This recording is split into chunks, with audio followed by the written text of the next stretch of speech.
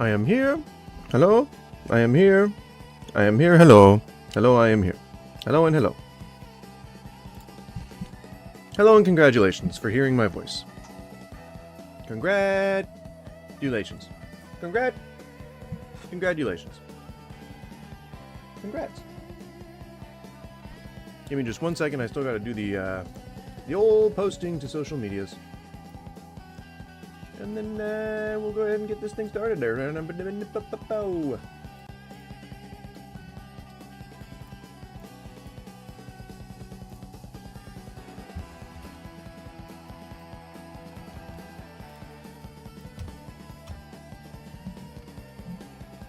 I'm really just going to be sitting here filling out fields. Yep. Shabam. Alright, did that. And then I gotta make the old post on X.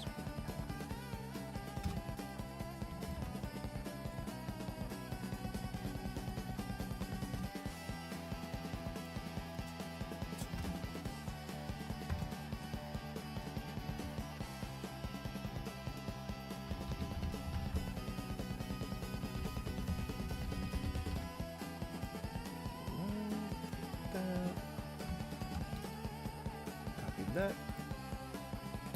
That is posted. Now for threads.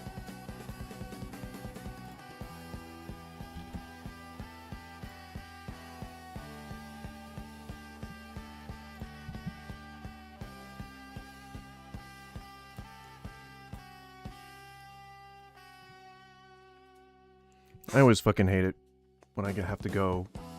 Oh, gross. I always hate when I have to go on Threads, because Threads has become such a MAGA cesspool. It's so bad.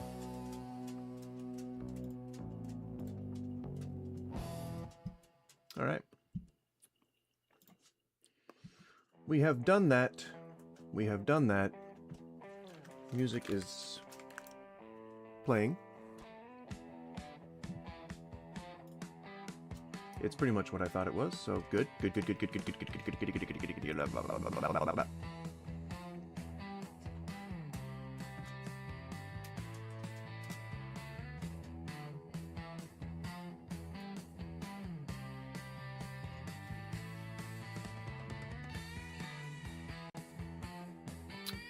And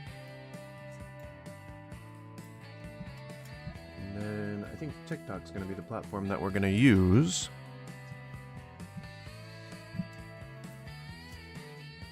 All right.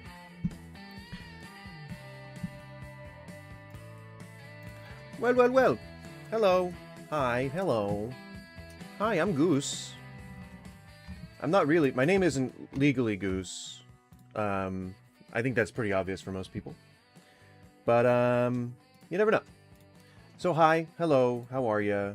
Welcome to the channel. Welcome to the stream. Welcome to all that kind of stuff. Today is going to be a pretty simple day. I'm going to just play a game in the background that can keep me busy. While I am reacting to hashtag question for atheists, hashtag questions for atheists, TikToks. If we can't find TikToks, we'll go to YouTube Shorts. If we can't find YouTube Shorts, etc., etc., etc. You get the drift. So, strap in. It should be interesting. If you are a fan of reaction content, and if you like seeing people reacting with disgust or with laughs or ridicule or whatever, then I guess stick around. I'm just gonna do a couple more housekeeping things, and then I'm gonna start watching some videos. Give me one moment. Thank you for joining. Welcome.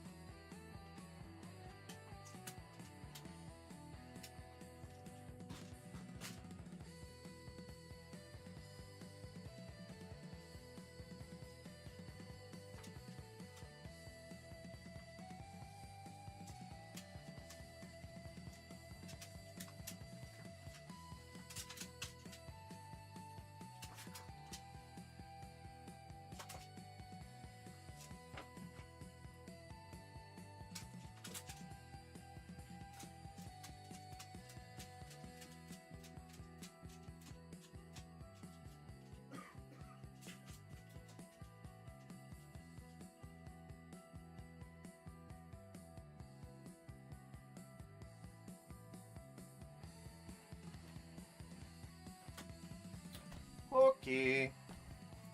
I have returned. Hello. Alright, let's get going on this bing bing bong bong bing bing bong bong bullshit. Opening up TikTok. Hello, hello. Hello, hello. Hello, hello, and hello. Turn on the browser source. And then we will move it. Move it like right there. Should be fine. And we'll just keep it like that, I think. My TV is repeating my I'm using it as a monitor.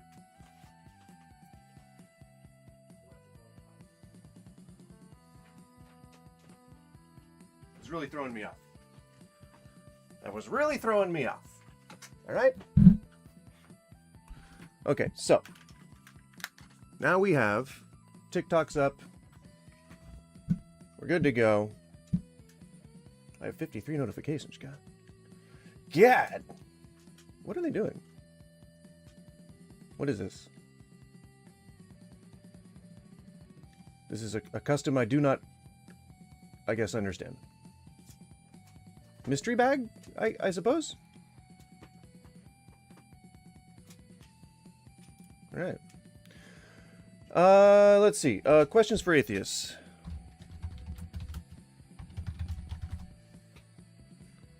There we go. There we go.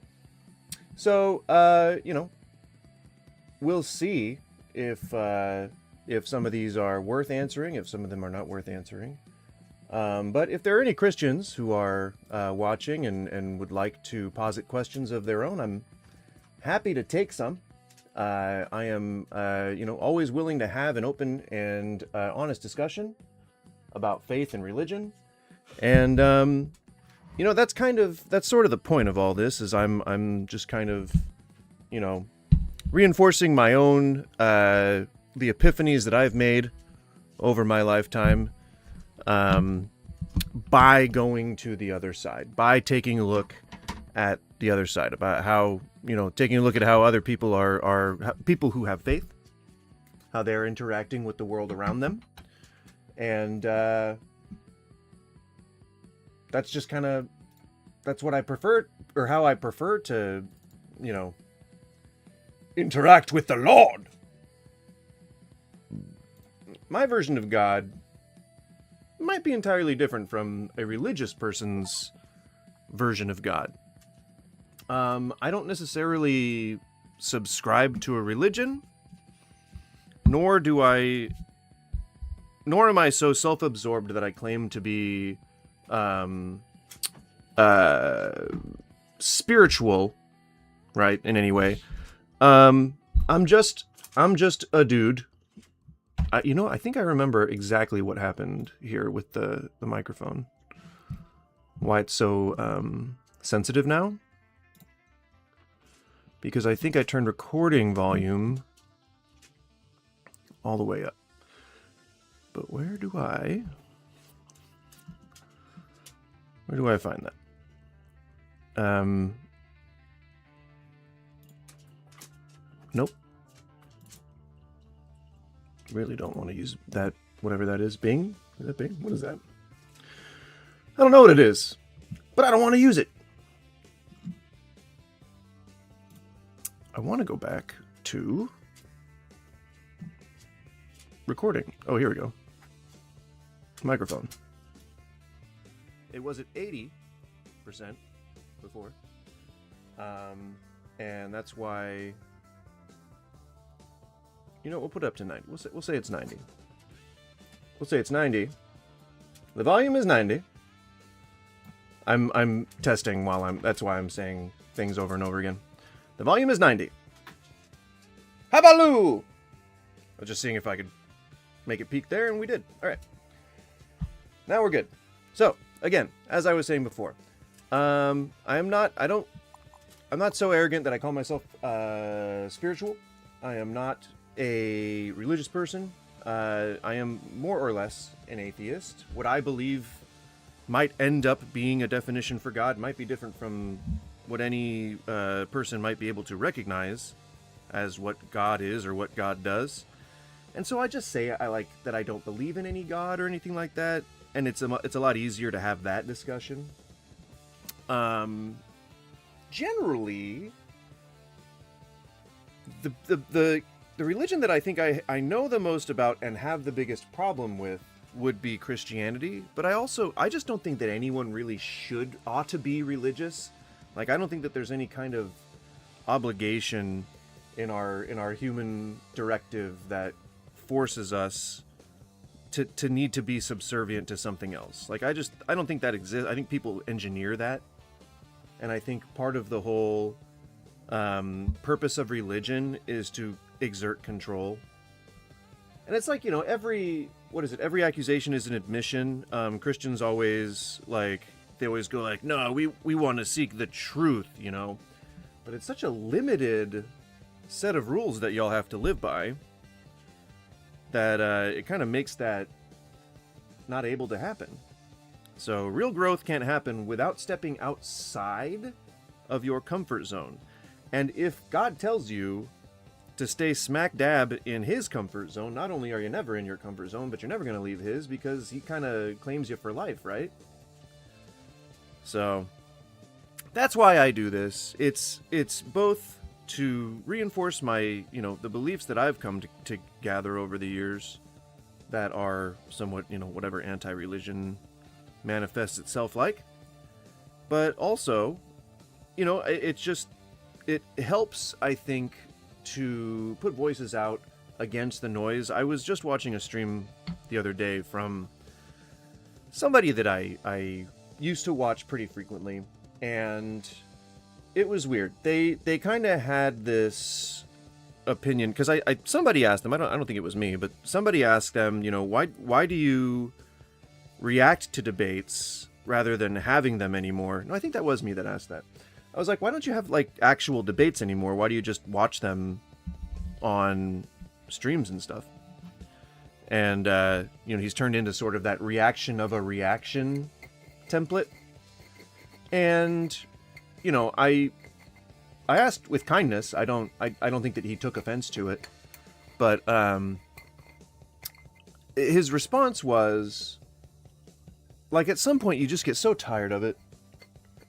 He was like, I'm just tired of debating. And I think that it feels to me, I would if I could. I would if I had people call in to debate. I absolutely would. But I think, my focus has always been on sort of the MAGA crowd, and Christianity just kind of dovetails onto that. They share a lot of the same aspects in that they're both pretty scam heavy, in that people that want to scam people. Like, I don't have a problem with people who say they are religious. I do have a problem with the organization and structure of religion itself, in that it is a my way or the highway sort of equation. I don't like that. But I don't mind religious people. And in light of that response, I feel like I have to say, it feels like a brush off. It feels like people who have the platform, with great power comes great responsibility, goddammit, is essentially what I'm getting at. And I feel like if you have the platform with, millions of viewers, and if you have a stream with thousands of concurrent viewers, maybe hundreds. I'm not sure if he has thousands, but still hundreds. There's the potential that a lot of those are different every day, and oh my god, I love The Righteous Gemstones. It is one of my favorite shows. Also, Helmet, hello. I hope your holidays were wonderful, and I hope that you got all the stuff that you never got for all the Christmases that you didn't get them. It's unlikely, but what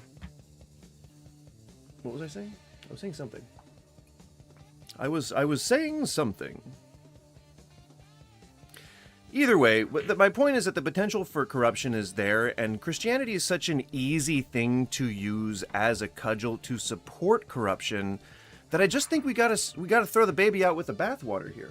I don't mind people who are religious because they've grown up that way and they just believe that's the way to be. Like, that's just somebody living their life. That's just somebody doing day-to-day shit with a background of, like, religion. That's all it is. And they're not guilty.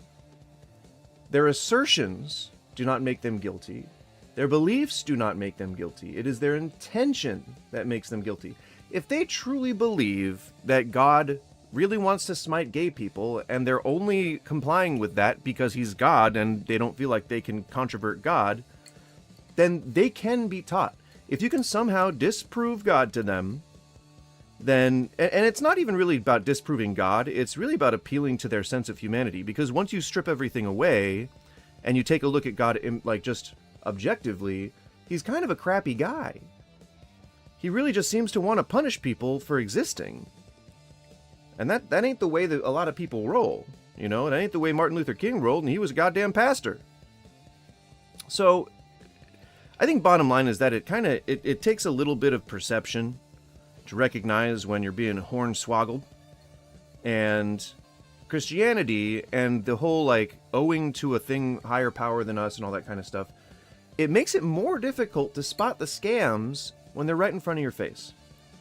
I think the most recent... Is the music still on this game? Holidays have been great so far. Thank you for asking. I hope yours went well too. Yeah. Went great. I did a little impromptu cooking stream when I was making Christmas dinner. And I didn't get to the point of finishing dinner. Oh god, that is loud. Music. We don't need music in here. We don't need music. Yeah, I did like a on-stream, like, supper. Yeah. Yeah, I mean, that's kind of the point, you know, that's sort of the whole... it's hard to reconcile God being such a dickhole when you're trying to say that, like, Christianity and God and all that kind of stuff are all about love and respect and all that kind of stuff, peace. If you read the Bible, it just doesn't really comport with that, you know? It doesn't really... doesn't reveal that truth, for damn sure.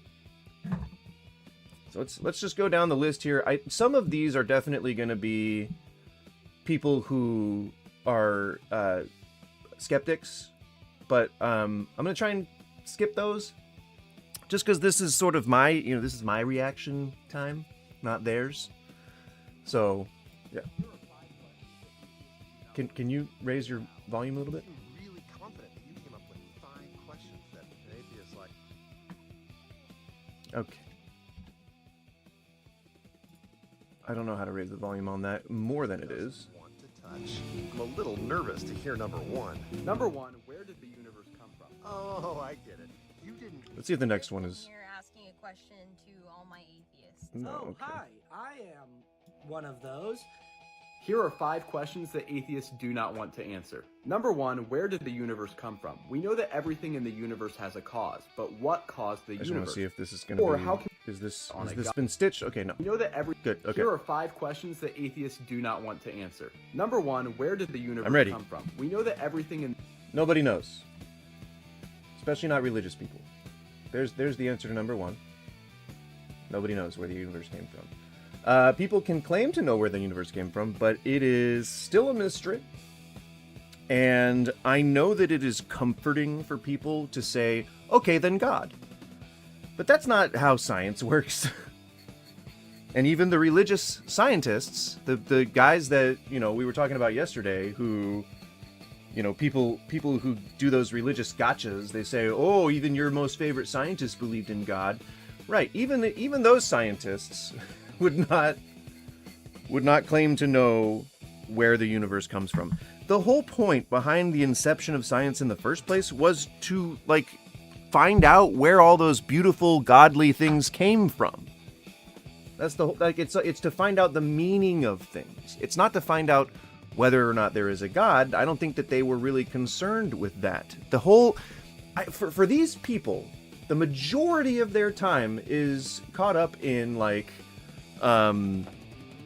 everyone's always trying to destroy whatever religion I follow, so I have to be an active warrior against that kind of combat, which is fucking crazy. Like, it's not some eternal battle. There is no God battling Satan on an eternal battlefield or anything like that. That is not a thing. It's just, you can't be so gullible. You know, duality didn't start with Christianity. Humans didn't start with Christianity. That is such an arrogant stance to take, that life started with God, and that it all started 6,000 years ago. Fucking Chinese people didn't exist, I guess. Samoan people didn't fucking exist, I guess. Mesopotamian people didn't fucking exist, I guess. And yeah, I mean, a lot of apologists will say stuff like, oh, well, you know, a day when the Lord was creating the earth could have been an epoch. It could have been a billion years. It could have been whatever. Fuck that. Stop twisting the narrative. It said 6 days. Don't blow smoke up my ass and tell me it's raining. Wait.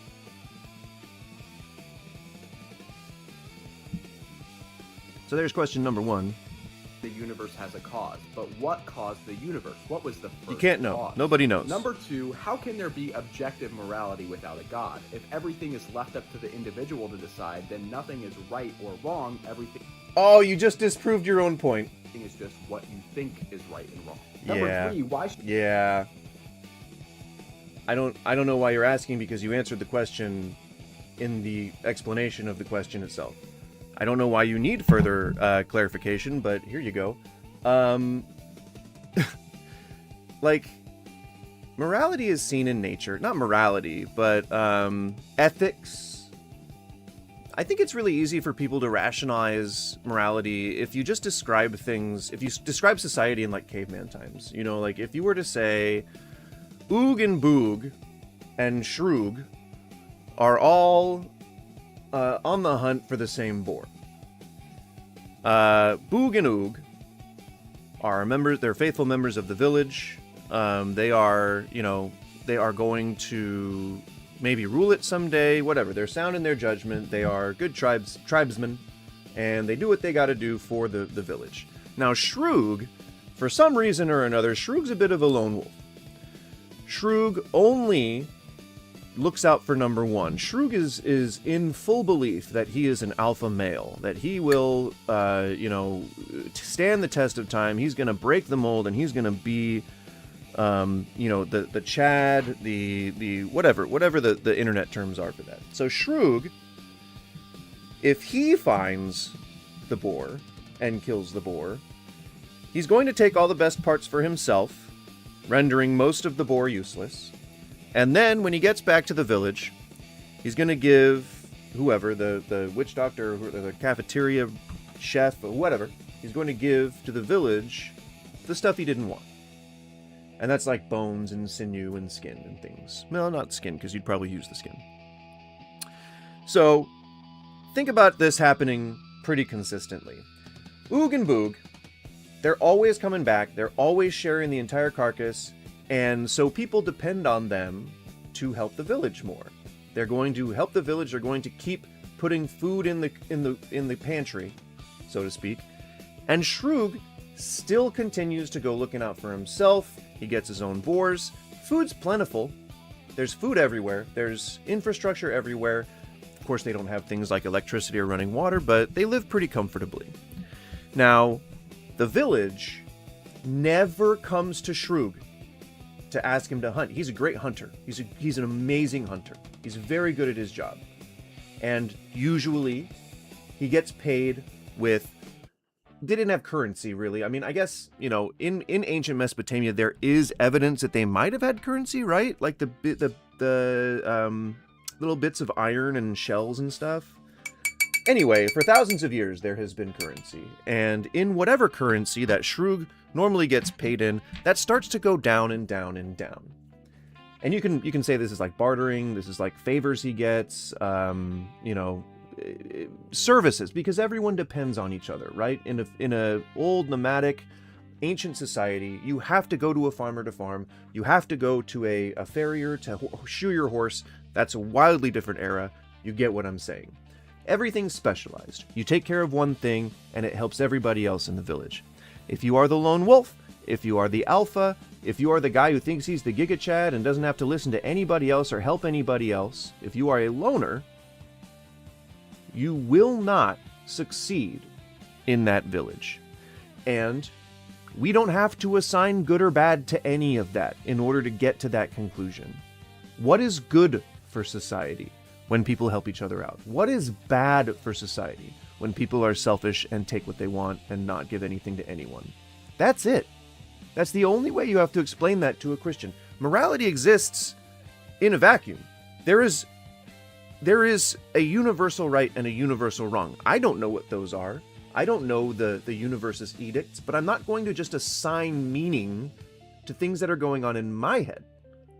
If I am under the impression that grape is wrong, and everybody else thinks that grape is right, then I would be the immoral one in society. And it would be up to me to decide whether I want to stick with my principles or do the moral thing. So, there you go. That's morality. Dude doesn't need God. You don't need God at all. You just need to know that people existed before 6,000 years ago. Bit of a mutually exclusive set of circumstances, I know. Should we assume that there's an objective truth? Without a God that sets laws and order, shouldn't everything just be completely random? Yep.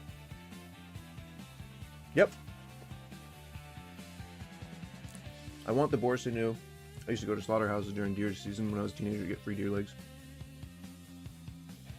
Fuck, man, I'd be eating the sinew. I'd be using it to thicken stocks and broths, make them more rich. Make a great a soup with tendons, tendon soup. It's actually called tendon soup. I could cook a whole deer leg. Just defur it and put it in a pot. Put it on a nice simmer for like 12 hours. And then you've got some of the most amazing... You would call it head cheese, but it's not from the head. That's like a 300-year-old recipe right there. Well, head cheese is, but you get what I'm saying. Head cheese is such a weird name. It was never intended to indicate at all what you're eating. I don't know the exact origin of it, but I know that it was never meant to say... Like, head cheese was never meant to be meat from the head. I'm gonna guess that the reason head cheese became a name for the thing was because this that stuff was all served on like meat boards for appetizers and things like that.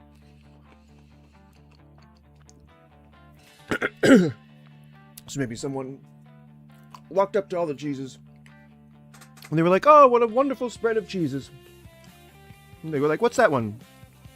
And the person says, "Oh, that's head." And they're like, "Oh, head cheese. All right." And they're like, no, it's just head. It's from the head of the animal." "Oh, I didn't know you could make cheese from the head. Oh, interesting." And so like, yeah, whatever, it's head cheese. I'm guessing, in my head canon, that's how the discourse went. I could be wrong. But yeah,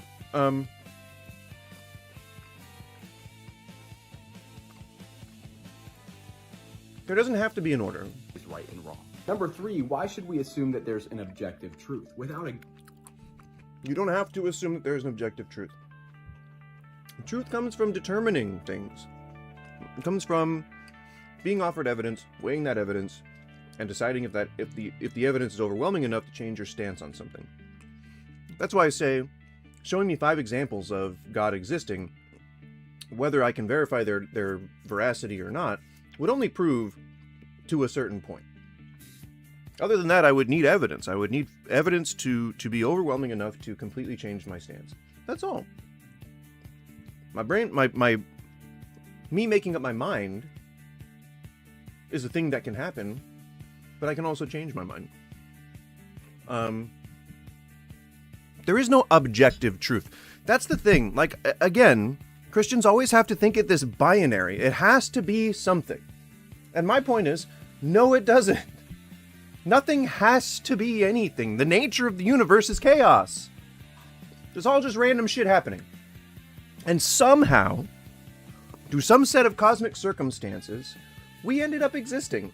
And we don't have to answer that question. We just have to make the best of our time to try and thrive where we can and to try and like be better people as we move along through time. And that doesn't take, you don't have to have something to fill that vacuum. I know that it is our instinct to want something that we can explain, even if it's a nebulous concept like God.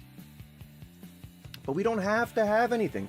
We're not required to have a truth. We're not required to have answers. You know? That's not a societal imperative. What is an imperative is for us to cooperate. That is an imperative. So no, there is no such thing as an objective truth. There is no such thing as objective morals. Everything's subjective to how society deems things in their importance. And like saying that you don't, like you only accept your God, the Christian God, saying that you only accept the Christian God's perspective on things means that you're ignoring the other fucking fully fledged civilizations that existed before anything that we recognize today. For thousands of years. There's records of Chinese, like there's Chinese records. Let me see the.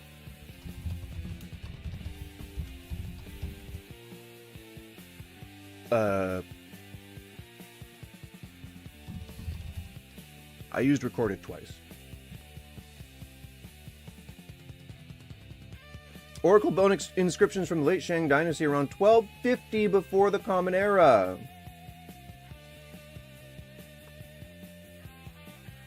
That's fucking old. And they're not Christians.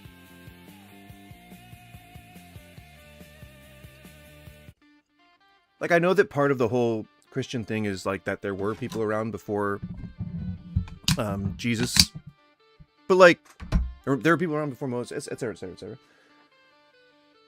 The lineage whatever. I hate getting into nuance because it's not about nuance. It's about the fact that God doesn't exist. God that sets laws and order, shouldn't everything just be completely random? And yeah, that's the point, Helmet, is that people just they can't say, I don't know. Which is crazy to me because, like, part of being a good employee, part of being a good boss, part of good customer service, part of sales, part of innovation, part of science, part of good practices for literally every single thing you do is the ability to say, you know what? I don't know, but I'll go and I'll check that out for you. I'll figure it out. I don't know, but I'll learn. I don't know when that started, saying like the whole idea that you have to be the smartest person in the room to be successful, or that you have to pretend to be the smartest person in the room. Either be the smartest person in the room or get the fuck out of the room, or don't stand up. You can observe. you can be like, oh, okay, yeah, I get that concept. You can sit in. That's fully permissible. But don't think that like you have to know the answer to things. Is that a school thing? Like, could that be like one of the lasting debilitating effects of like the way that high schools are structured or the way that elementary schools are structured? It'd be like an interesting thing to find out. I don't know. But I do know for sure that there is no objective truth. Number 4, If there is, we don't know what it is. can we trust ourselves? If all of our thoughts are based on survival according to evolution, there's no necessity for them to be based on truth. Why do they need to be based on anything? So you answered the previous questions. Hang on, I'm gonna turn off the face cam for a moment, and then I'm gonna turn off the face. There we go. Turn off the face cam for a moment. Gonna smash this bowl. Cheers. Smoke them if you got them. And then we'll start golfing.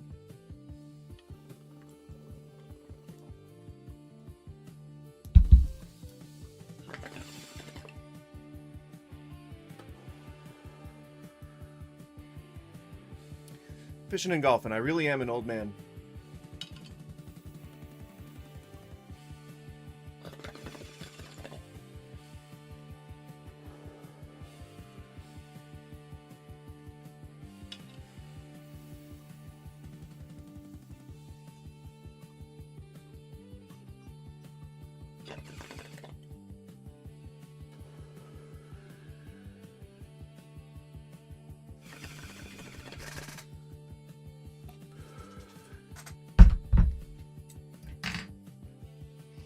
All right.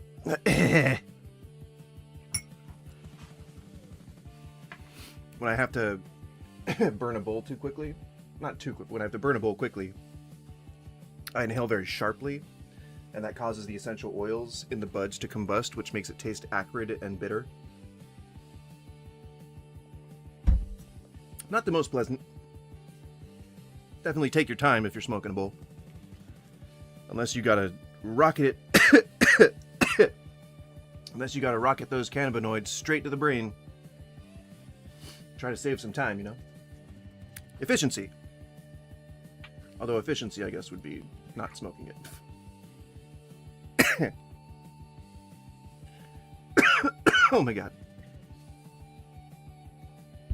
Alright, so this is Golf with Your Friends. It's a fun game. I've been playing it solo. Though there is an online component. I think mini golf is wacky enough as it is, you know? I don't need extra things to worry about.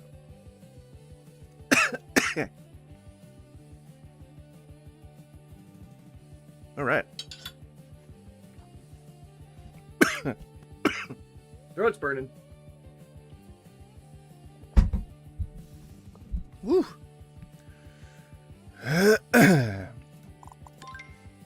We're gonna play a local game.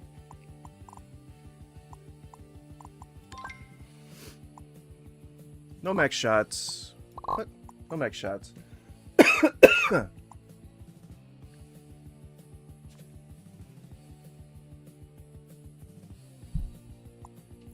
don't know. That's an interesting thought, Helmet. I don't know.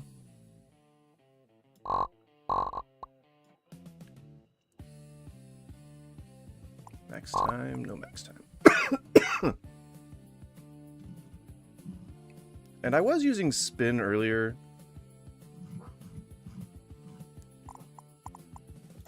I don't know. I don't know if that should be a thing.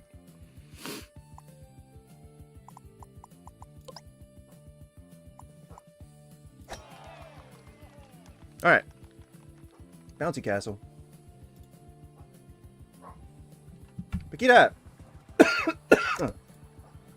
And number 5, why is every culture so focused on a god? If God doesn't exist, why is everyone so insistent that there is one? Oh my god. Let me get my dogs. Hey!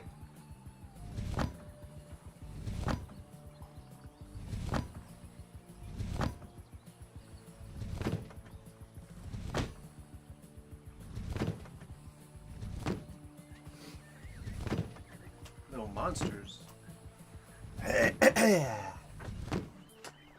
Little gersh darn monsters. They get so angry. It's just people, man. It's just people. Oh, clean my glasses. Oh my god. I got the phlegm once again. You know. People get phlegm. I got the phlegm. It is a thing. Here are 5 questions that... Oh, we got it. We got it Christian cleared. here asking a question to all my atheists.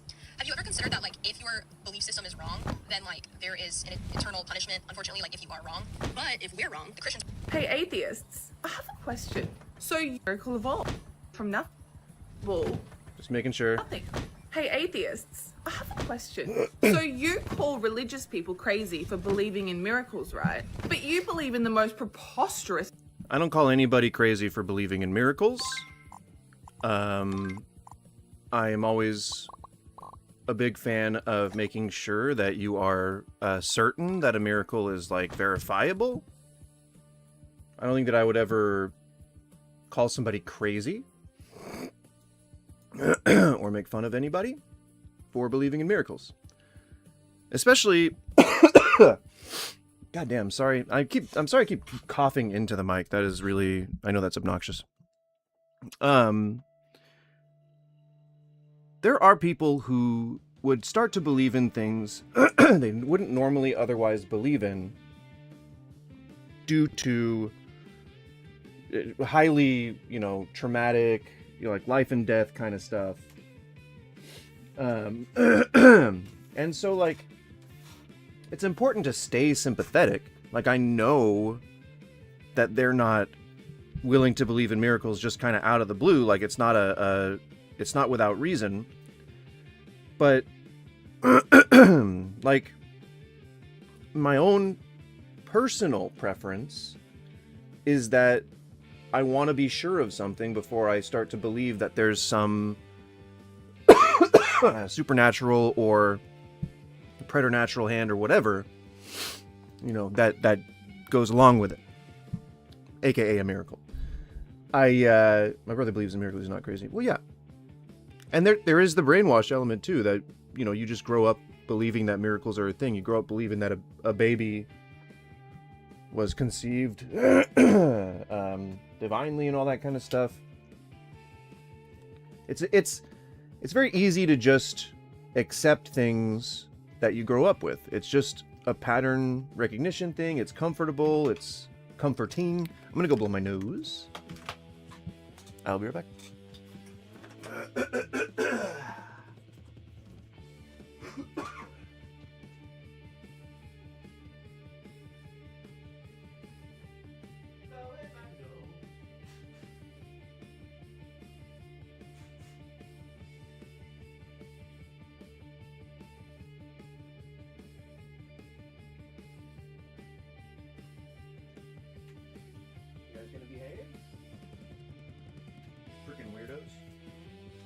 You freaking weirdos.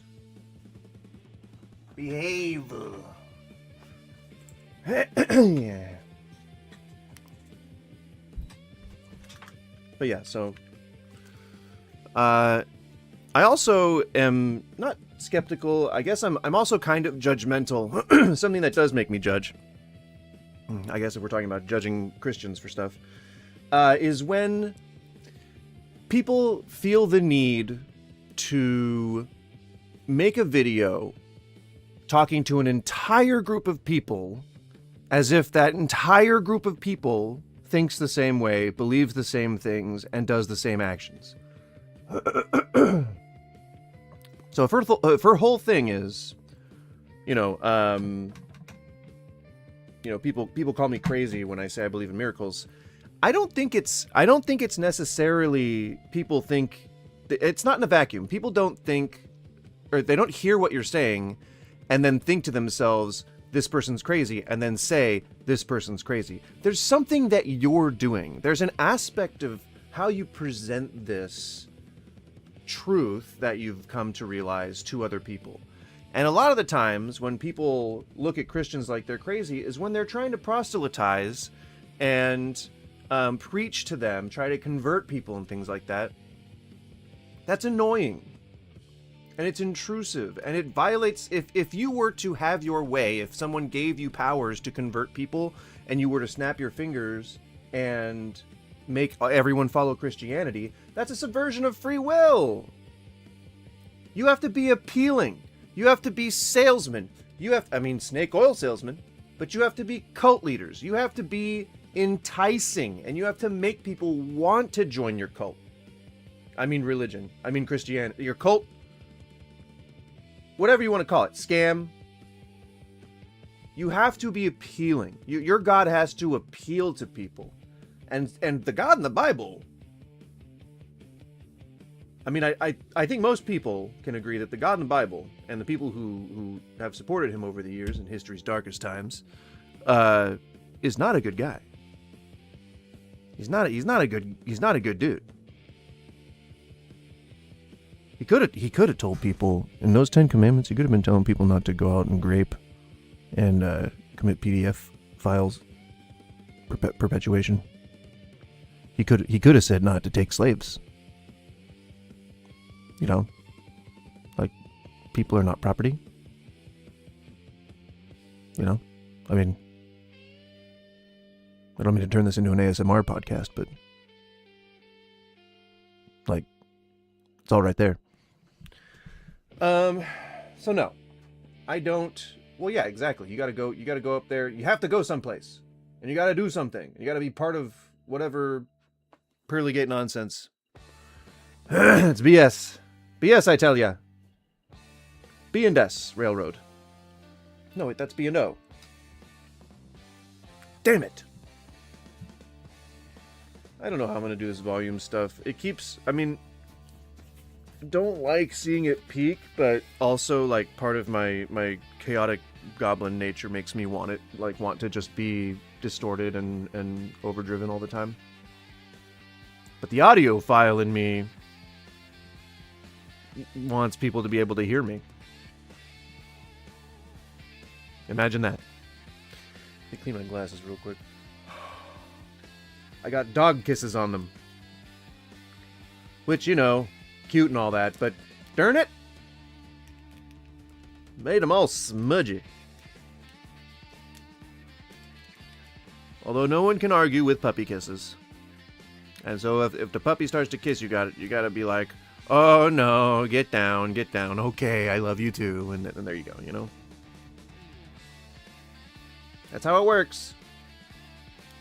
And because she's, you know, I think when dogs are young still, and they're learning about, you know, what's okay and what's not okay to use as a chew toy, I think it's called Sharky, like they get Sharky, like they go and they bite stuff for exploration.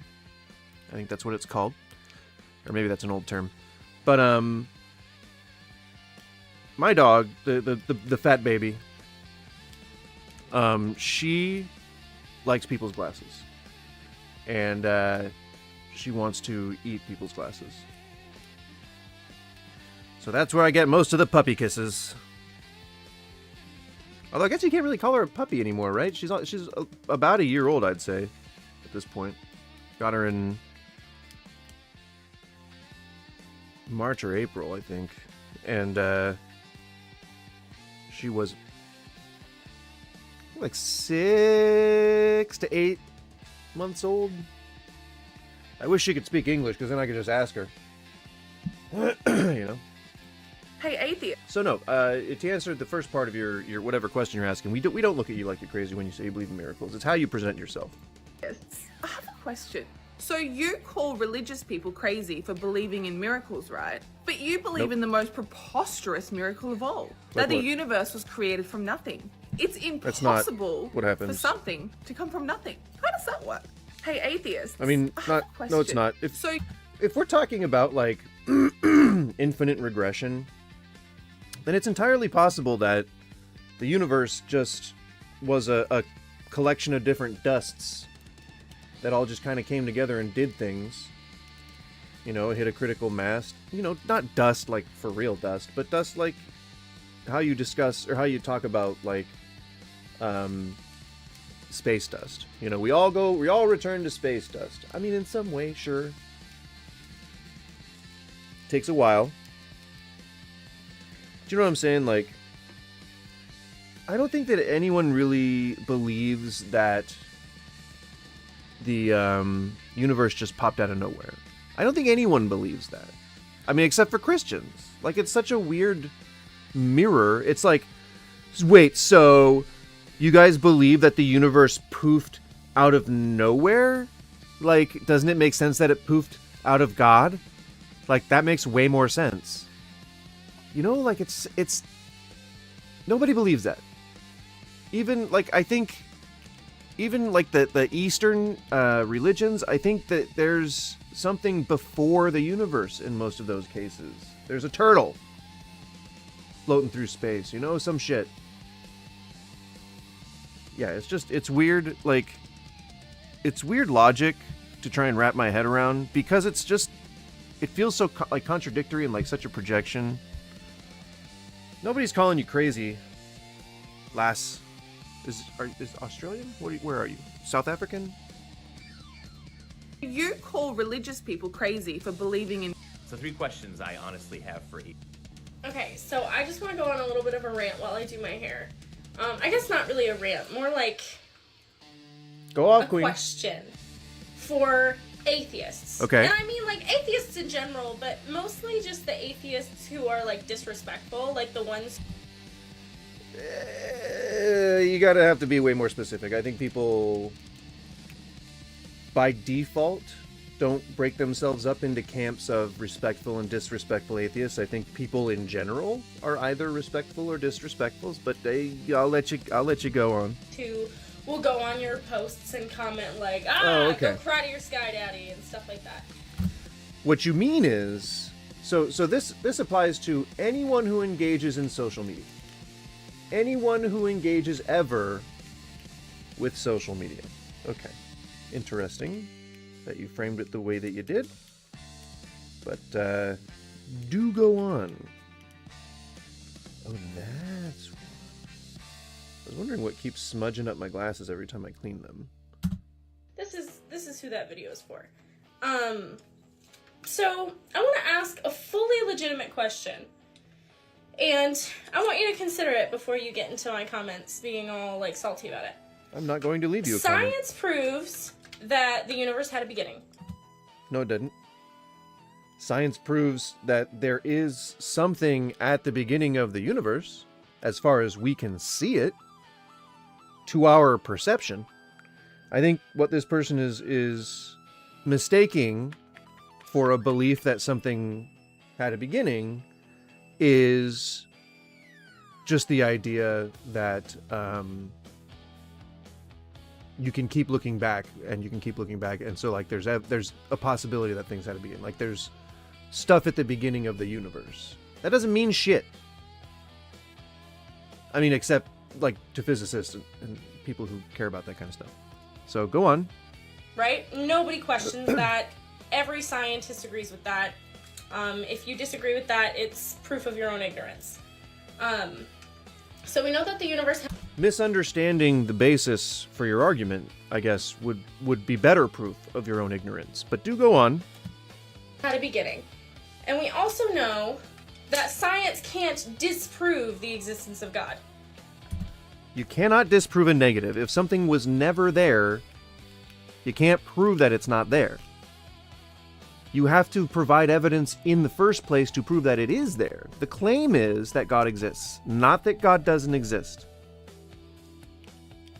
Or I guess, I mean, the claim could be that God doesn't exist, but I don't have to prove that. Look.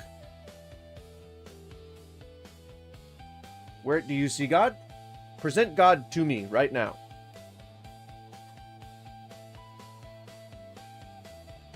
And if I take things the Christian way, then I can accept that without any kind of substantiation. Checkmate, theists. Yeah, that's the thing. We're not really here to checkmate anyone, you know. We're here to listen and comment and weigh things up on a me scale.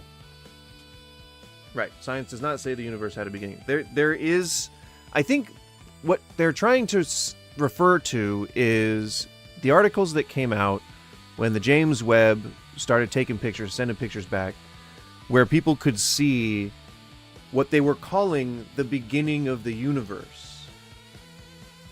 Like that, all the way back to before time existed, to the origins of the universe. And that was like used by people as like, oh, you theist, you know, you used to say you know where the universe began, prove it. That's not a thing. Science can't disprove that everyone here owes me a pizza.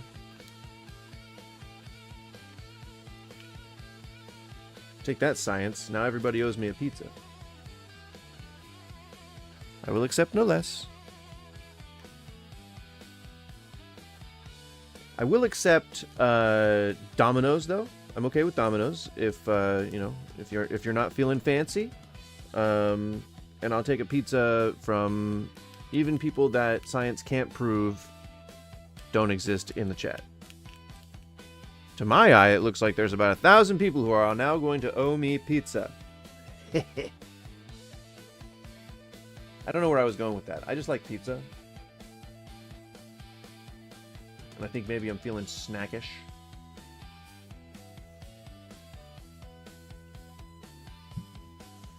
Local presentation. Yeah, I mean, ain't nothing wrong with that. There are many people who speculate on it, but science can't disprove the existence of God. In my opinion, it proves the existence of God. No! That's the point.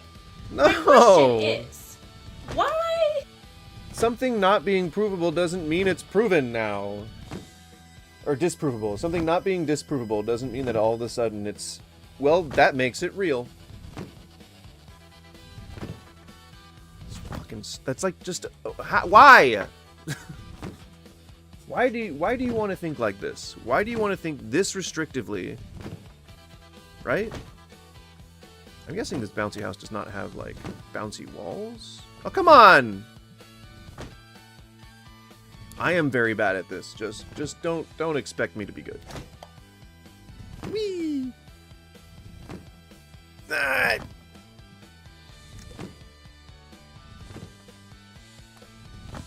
Shabam! Is it so deeply offensive to some atheists that Christians believe that it makes logical sense that there was a... I like the chain of thought there. You have to like make sure that you're not like saying something blatantly wrong, right? I don't know if they're doing that because they just feel like they have to, or if they're trying to just comply better with, you know, whatever the platform. No!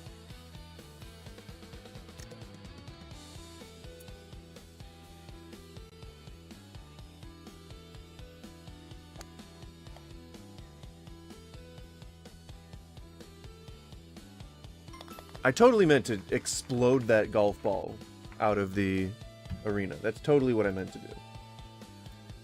Totally. personal force behind it. Why is that so offensive to some atheists? I don't get it. Because I think logically, personally, this is just my own personal opinion. I think So to summarize, it's not offensive. Nobody's saying it's offensive. but that's besides the point. My question is, not being able to disprove something doesn't prove something. so we know that the universe had a beginning. And we also know that science can't disprove the existence. Which to you proves God's existence, which makes anything you say completely irrelevant and invalid because nobody should take you seriously because you're not credible. You don't argue in good faith. If you're saying this that there was on a platform in response to haters or whatever. Personal force behind it. Hang on. That Christians believe that it makes logical sense that there was a personal force behind. It's a word salad that you're using right now, but what you're essentially saying is that somehow it offends people that Christians believe it makes sense that God created the universe. I don't think anyone gives a shit, to be completely honest, that, you know, that people believe that God created the universe. I don't think anybody gives a shit about that at all whatsoever.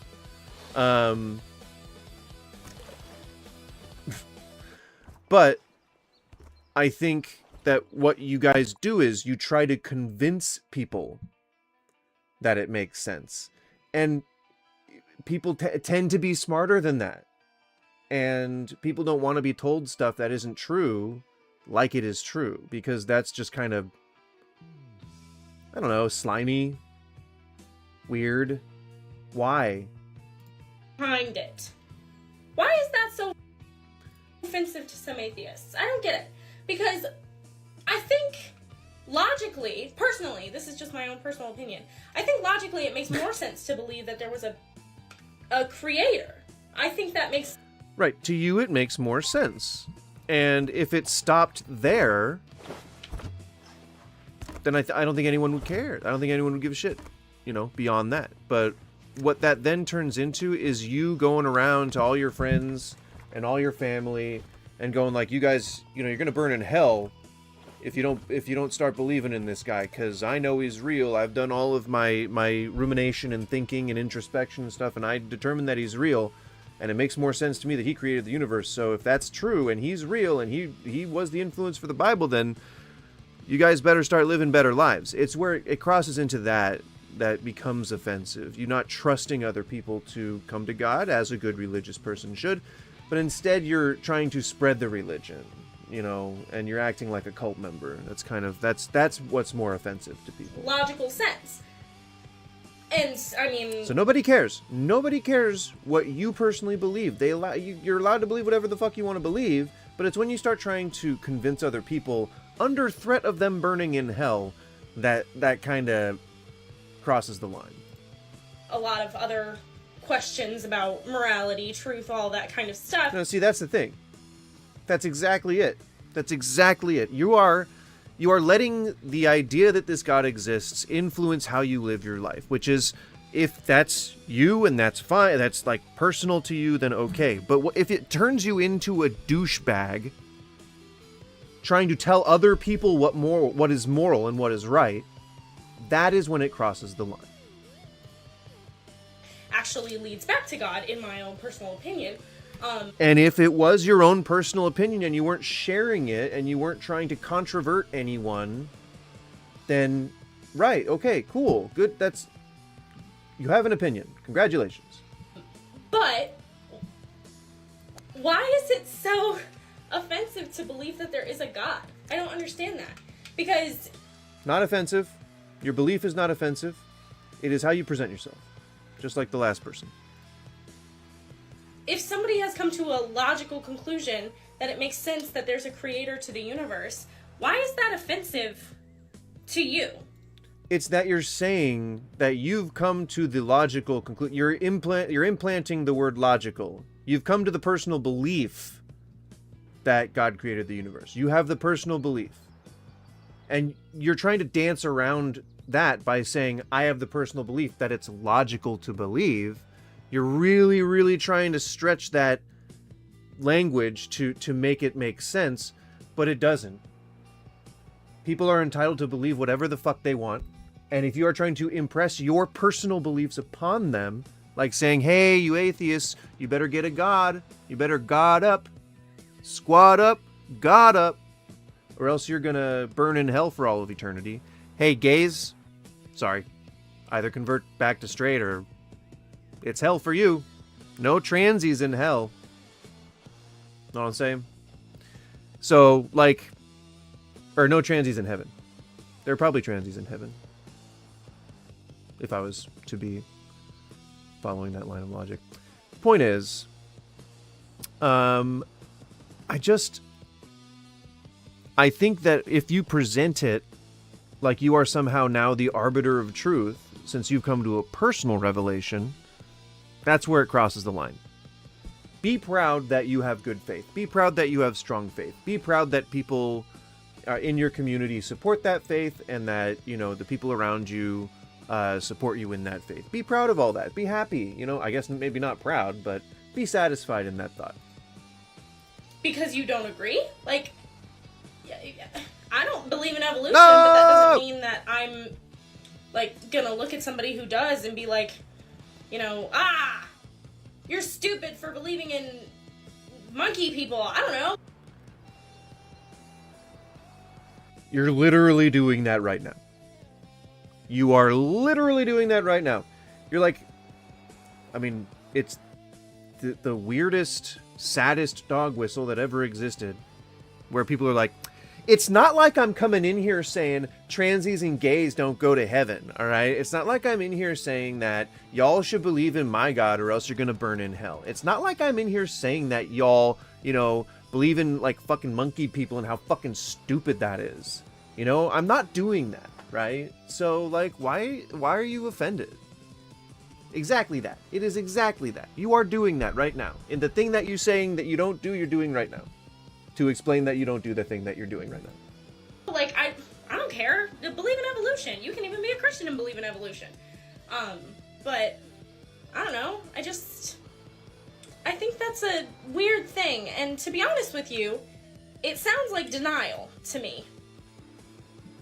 So now you're assigning a thought error to people having their own opinion. So do you see how this is a little unequal? How this is a little one-sided? You're saying that you get butthurt about people engaging in the social media platform that you're fucking posting on,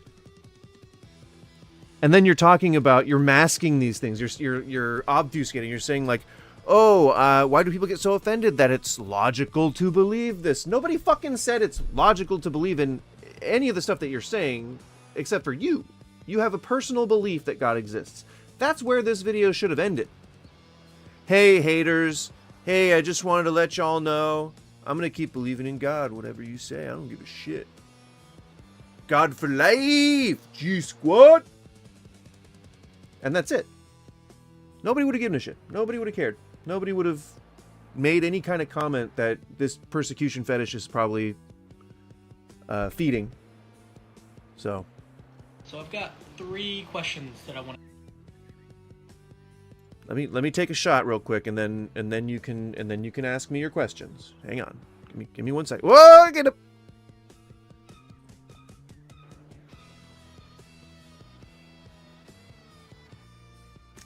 Oh, hip up. Oh, almost. We'll get that one. Hip up. Overshot. Okay.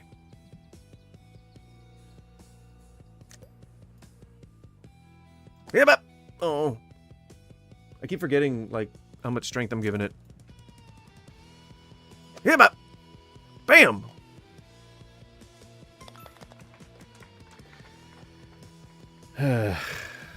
Nobody look at my score. Let's listen to this guy. Atheists. Okie dokie, let's do it. No! First question is... Genuine question for atheists. So typically whenever I see y'all, the only hell that I gotta make sure there's no stitch. Genuine question for atheists. So typically whenever No, I it's see not, but y'all okay. critiquing the way that God possibly judges people, and especially whenever it comes to hell, often it's the eternal conscious torment version of hell. But, as I'm sure many of you already know, that's not the only view of hell within Christianity. It never has been historically, and it isn't still to this day. One of the other main Christian views of hell is that of annihilationism, where hell is essentially a place where the people who reject God, the people who... I can just stop him right now and say that atheists don't believe in any of that stuff. They don't believe in any of it. It's not that what you've said has failed to convince them about hell. They don't believe that hell exists. You'd have to convince them of any of the part of religion before you can even start talking about hell. Don't get into the do-si-dos before you've laid the foundation, for fuck's sake. God decides to send to hell. There's no hell in atheism. Go there for a time, and then they're inevitably annihilated, completely Zero. removed from existence. No hell. So my question is really We don't believe in hell. One, why is that never the version of hell that is critiqued? Don't believe in hell. Two, we don't believe in let's say any that version of hell. annihilationism is 100% We don't believe in any version of hell. God chooses to judge. We don't believe in hell. Does that, in your eyes, In my make you eyes, more of a fair judge? I don't believe in God. I have no desire for name calling or pointless arguing. What about arguing about what? Atheist that sees this, I genuinely want to know. Your I don't know. opinion. I don't believe in God. Regardless, God bless, my friend. I don't believe in God. Genuine question for atheists. Allah bless you. I don't fucking like that's exactly the amount of shit I give. You know, I just what? How long is it? An hour? That's fine. So yeah, in summation, it doesn't matter what version of hell people are arguing over. We don't believe hell exists. Atheists don't believe hell exists. Atheists don't believe in God. Atheists don't believe in hell. They don't believe in God.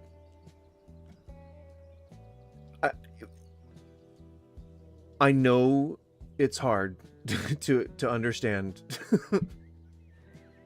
but I mean, it's actually not. But you know what? Who am I to judge? I ain't God. You know what I'm saying? Hey, atheists. I have a few questions for you. And I bet by the end of this video, I can make you believe in God. Question number 1. No, this is obviously like satire, right?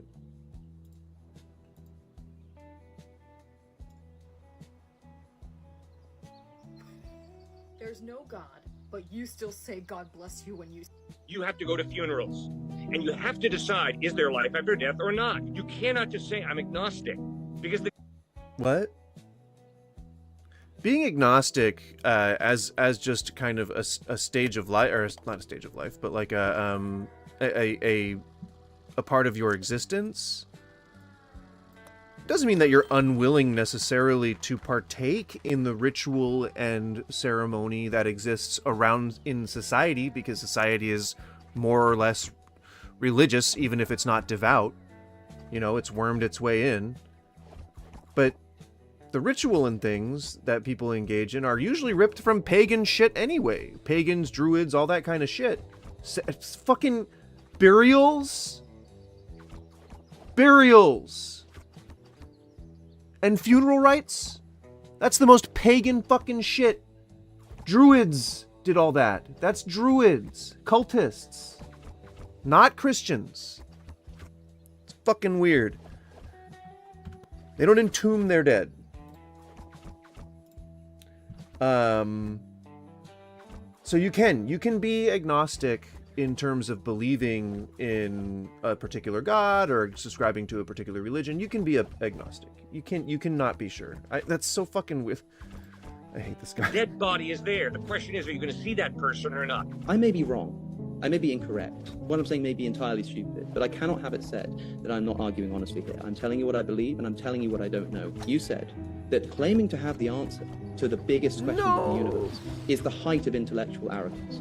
You then told me that me saying I don't know the answer to the most fundamental question of human existence is an impossible option. And when you didn't know an answer to a question, that was called basic humility. Well, I agree with you. I agree with you. You don't know. I don't know. There are many things that we do not know. It is not me who claims to have the ultimate answer to these questions. Get in there! And your worldview. I cannot have it said that agnosticism is not a response, or that I'm somehow evading the question. Tell me that I'm wrong, fine. Tell me that I'm stupid, fine. Tell me that I'm not understanding your question. Maybe I'm answering the wrong question because I've misheard you. But to say that I'm intentionally evading your question because of some kind of fault in my worldview is an attack on my character that I just can't let stand, because I don't know much about Alex Connor. I know that he is a master debater. I'll pause for the laughing to subside. But I know that he is, he does YouTube videos. I've seen him in my feed before. But I don't know why this, so far, he's addressing what's being said by saying that, what you've said is an attack on my character. Okay. I don't know why people who debate have to be so dramatic. But you know what? If that's your tactic, fine. Go with it. I can absorb that. And the other guy I know is a pretty prominent Christian. He does a lot of YouTube videos as well. And so far I don't feel like anything that Alex has been saying has been wrong, though it is a bit dramatic. Strive and pride myself on my ability to honestly engage with the questions that people are answering, and honestly tell them that I don't know when I don't know. All right, so Stuart and I got to take a course in communication because we have miscommunicated. I'm sorry for that. I am not making a statement about your character. I am making a statement instead that it is impossible to be agnostic. It isn't. About the question of human value, human meaning, morality, and life after death. No, see, but you can't just wrap all that up into the same thing. That's not all part of the same package. You can be sad and mournful that somebody's gone because you value life. What does that have to do with anything? Valuing life is not a question of morality. If society didn't value life, and I guess you could argue that underneath the surface it doesn't, but in the face of anyone you would ask, life has an inherent value. Society believes intrinsically that life has an inherent value. So that is the value that society has adopted. That is the thing that helps society stay healthy and helps civilization thrive, is people cooperating. And so you can't cooperate if you assign no value to life. It's a really easy math equation. So then, but you can't wrap it up in this. If you are mournful over a person's death and if you assign value to life, then you cannot claim that morality is subjective. Yes, you can. That just happens to be what society and what civilization deems morally correct, is to give value to life. If we were in an alternate universe, Universe X, where Nazis had taken over, they had ruled for 1,000 years, they stayed in power the whole time, and now nobody remembers any time when people were not convinced that Jews were the enemy. So that is societally the accepted thing, and so you are morally wrong if you go against that. Where the fuck is your logic there? Where's Nazi God? Anyway, it's all arguing in bad faith. I think the reason why Alex is saying that them saying it's impossible to be agnostic is an attack on his character is to expose the idea that they're not arguing in good faith. It sounds dramatic, and I don't like it. Because you have to live life. Because you have to live life. That doesn't mean anything. Because you have to live life? It's impossible to be agnostic about the existence of morality when you give value to human life. Okay, that's a big nothing burger. You have to live life because you have to live life. Okay, that also means that means nothing. So I guess maybe you do have to be better at communication. You have no choice. But to answer the question, the person I'm talking to, do they have value or not? Do I have value or not? You can't. So I think when I saw there was a Jubilee thing, and I don't know if it was him or Alex Conn or someone, but someone asked a similar question about the value of life. And I mean, I don't necessarily want to inject too much of my own opinion into this, even though this is a reacting stream. I guess it is kind of all about my opinion.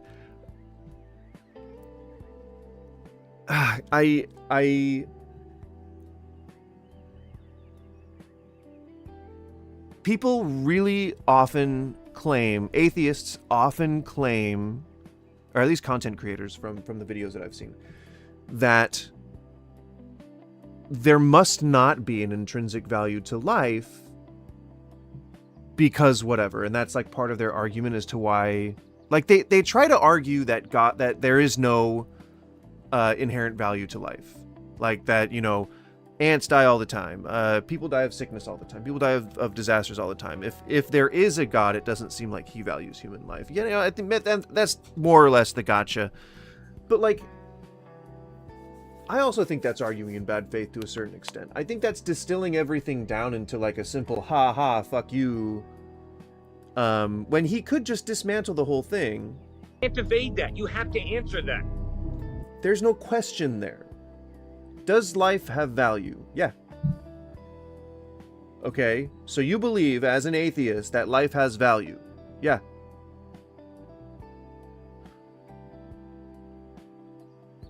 Well, it's God that did that. Prove it. Like, it's easy. But I think people want to take the media-friendly way. I think they want to say the viral bit. They want to have the soundbite that you can watch in your TikToks. Because how you treat that person is based on whether you view them as being valuable or not valuable. You have no choice. but to figure out what's the meaning of my life. Oh. Because you have to set an agenda, a schedule for today, tomorrow, next week. And those decisions that you make about your schedule, None of that show has your anything to do with priorities, God. Show your ambition in life. You have no choice, No! Alex. This is not a question of me attacking your character. It's a simple statement, Alex. You have to live life. And the way you live your life ethically shows what you believe. I'm sorry. Your actions are based on thought. They're based on a word. No, what are you doing? What is he doing? Choice, Alex. This is not a question of me attacking your character. He doesn't have a choice but to live life. He's already said that he has value, that life has value. So clearly, this guy is just trying to actually attack his character, as opposed to just metaphorically attack his character. So it's a simple statement, Alex. You have to live life. And the way you live your life ethically. Who is to say that the way Alex is living his life is not ethically, or is not ethical? Just because he doesn't agree with you? Shows That's what not very you believe. godly. I'm sorry. And so the way that you live your life ethically shows what you believe. Right. So disagreeing with you means he's now a heathen and going to go to hell. Being, if he was gay, if he was trans, or if he was of a different religion, that would then assign him to the pits of fire. So, I mean, there is no wiggle room on that. That's just how God operates. So it's just very strange that these aren't supposed to be attacks on his character when he's very literally condemning him right now. Thought. They're based on a worldview. That's all I'm saying, Alex. Which is what religion is. And that has nothing to do with anyone. That's just what people are choosing to believe. And you berate this man because he chooses to believe something different than you. And I'm sorry, Alex, it's not an attack on your character. Yes, you it have is. to go to funerals. And you have... What does that mean? What's the point of that? Yes, some people happen to be religious.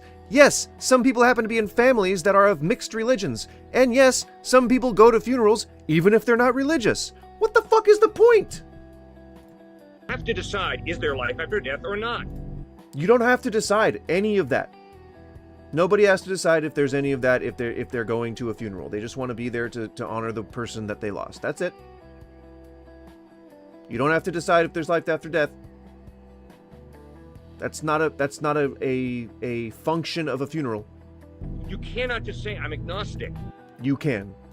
Because the dead body is there. The question is... Okay. Are you going to see that person or not? Okay. Where's the question? There's no question. Are you going to see that person or not? Yes. Do you have eyes? All I meant, Alex, is there's no attack on your character. Alex, I love you. I like you. No, you don't. You're only saying that because you're trying to pretend to be Christian. You're a great guy. I love talking with you. But agnosticism is impossible when it comes to those fundamental 4 issues I've... It's not. Just because you say it is. Christian here asking a question to all my atheists. There Is this a stitch? An eternal punishment. Is there a stitch? No, okay. Christian here asking a question to Hey, all my Christian, I'll try to answer it. Have you ever considered Whoa! that, like, if your belief system is wrong, then, like, there is an eternal punishment, unfortunately, like... No, because it could literally be anything else. It isn't something or God.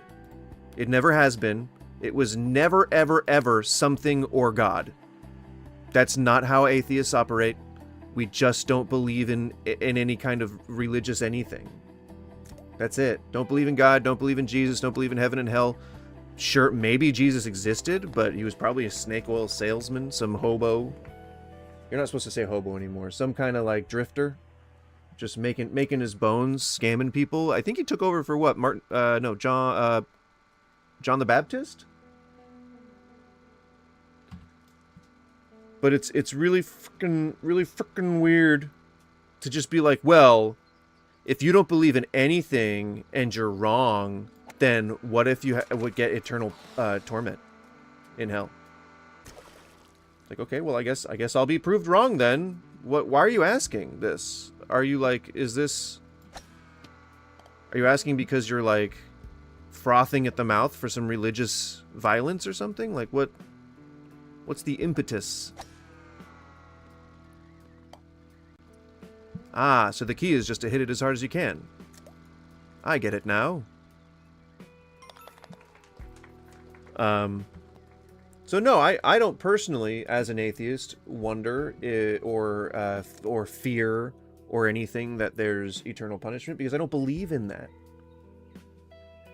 It could literally be anything. I could die, an old man in a deathbed, and wake up in heaven. I could wake up coming out of the Matrix. I could wake up in an alternate universe. Like, anything is possible. It's not just something or God. It's not just, all right, if it's not what you believe, it's got to be God. Sorry, atheists.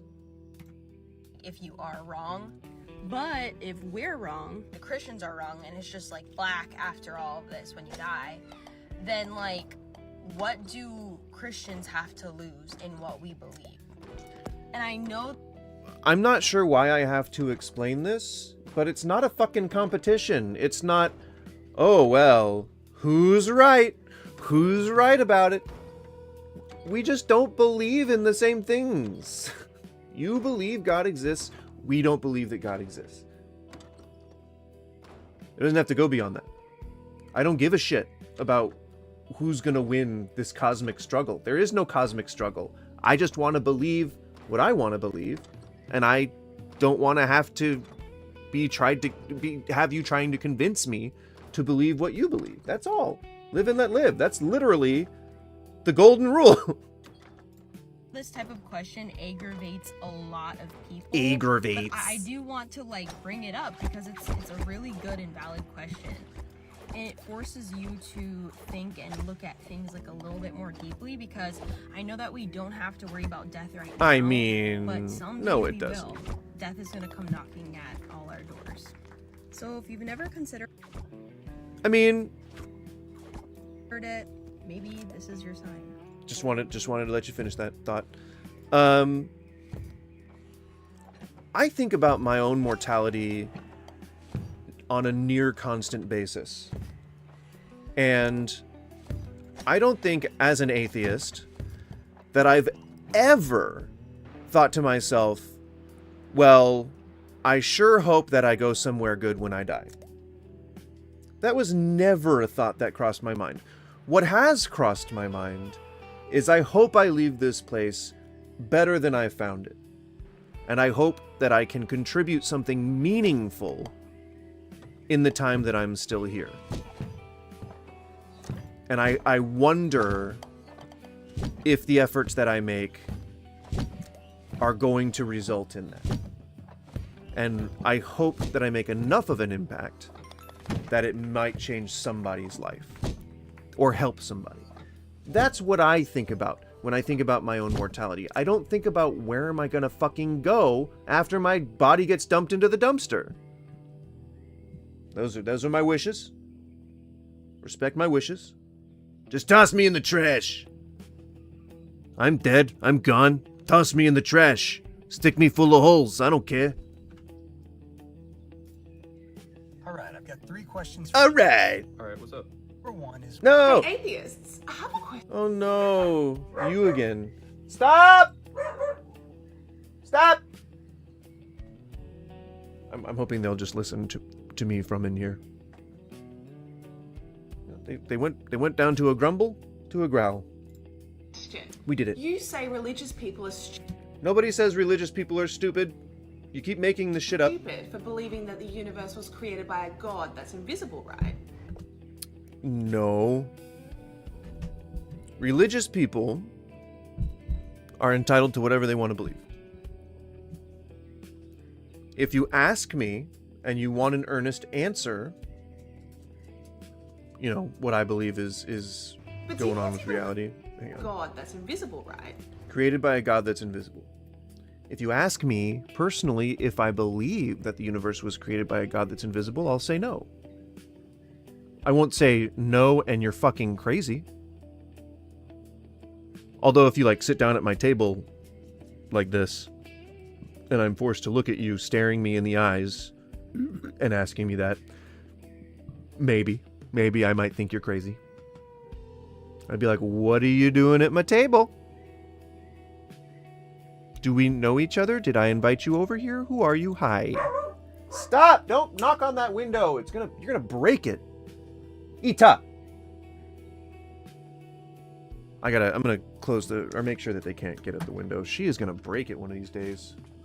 Oh my gosh.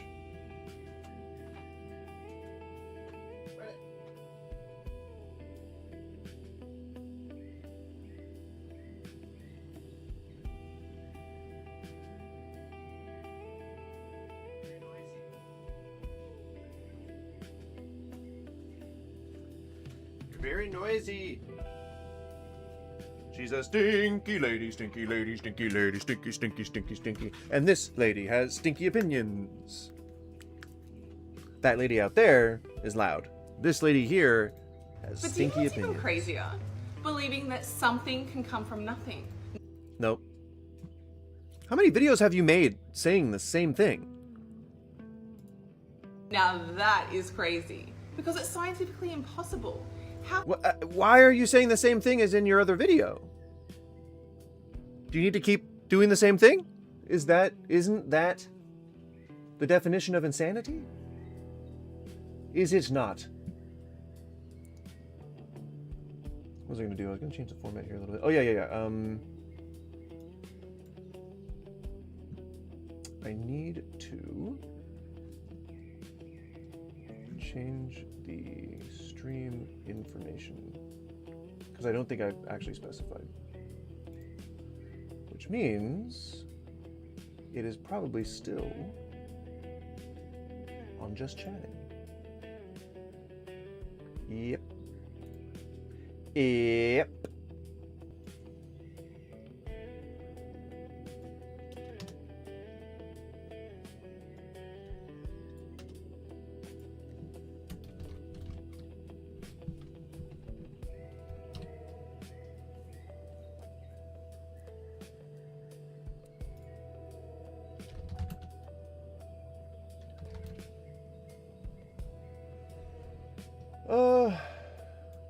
I don't know. I kind of want to just leave it and just chatting. I don't know. I think, yeah. Because I am just mostly reacting to videos. This golfing is really just for my own. For me. It's just for me. All right, I've got 3 questions for atheists. Number 1 is, what is your best guess or explanation for the beginning of the universe? See, now this is a good question in earnest. I'll answer this one. What do I think is the explanation for the beginning of the universe? I think that it was probably made up, like, in the void of space, whatever we imagine that the void could be. I think it's going to be inconceivable or incomprehensible to try and rationalize exactly what it looks like. But what I think it potentially could be rationalized as is like particles, like just kind of like I don't know the elements, I don't know anything specifically, but I imagine that it was like a gathering of elements that we may not even come close to recognizing right now, that just kind of like coalesced and formed the basic building blocks of matter. And I think we have yet to figure out what those elements are, and we have yet to figure out what combo and what all made it do the thing, you know. But that's what I believe. I think it's entirely possible that it just kind of happened. Like, we reached a critical mass at some point, and the Big Bang happened, and all that matter exploded out into the not exploded, but expanded out into the universe, and that's it. Yeah, I don't know. Hang on, I am updating my Twitter.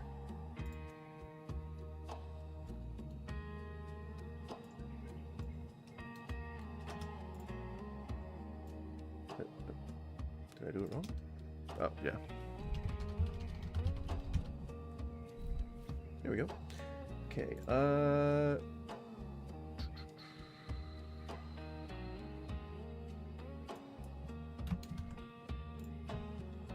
post that. Get back on threads. Post that.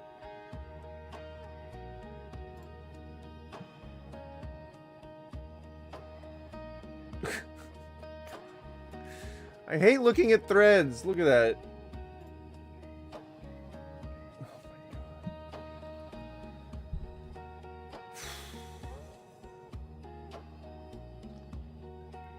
I despise fascists, which is why I despise Antifa. Antifa doesn't exist. They're a boogeyman. You've literally created them in your own mind to be this, like, paramilitary force. Oh, man. It's been disproved over and over and over again. People still fucking believe it. My God.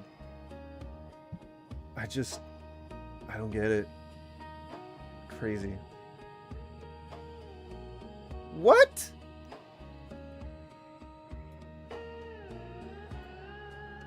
I just can't with these fucking comments.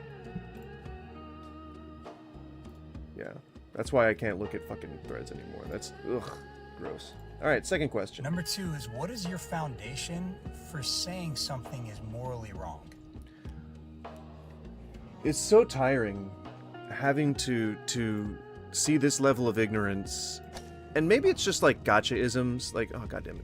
Maybe that's what they're doing, like they're trying to trap people in these arguments. But I mean, even then, that's like not in good faith, which is not very Christ-like.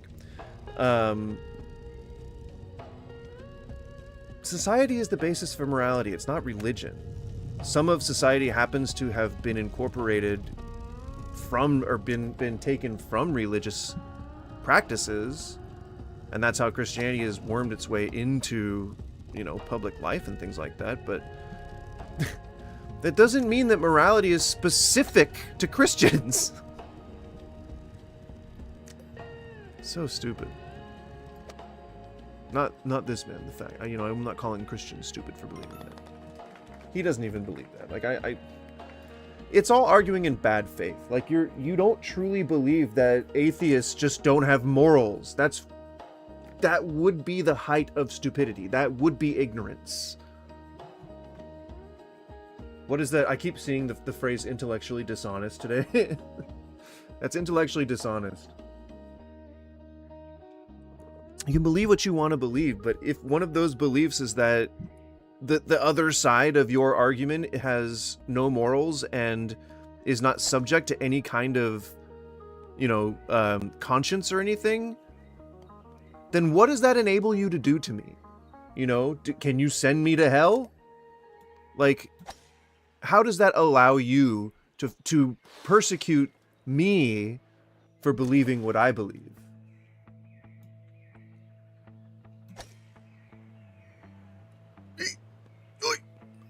You can be non-religious and have morals. I don't know why this needs to be explained to people. It is such a basic concept that anyone should be able to understand. And it is infinitely frustrating to have Christians who argue in bad faith consistently denying that. You have no basis for morals. Fuck you. Okay, fuck you. If I have no basis for morals, you want to fucking take this outside, you piece of shit? Number 3 is, what is your I'll prove it. solution for the desire of human flourishing for the world? And this What? Allow me to do a verbal double take. I'm sorry? What is the question? And this isn't a gotcha. I'm genuinely curious. I will say that number 3 is, what is your solution? What is your solution for the desire of human flourishing for the world? What? What is your solution, indicating there must be a problem? For the desire, meaning that there's a general desire of human flourishing. Okay, increasing, I guess, the population, or just sustaining the population, something. Hold on.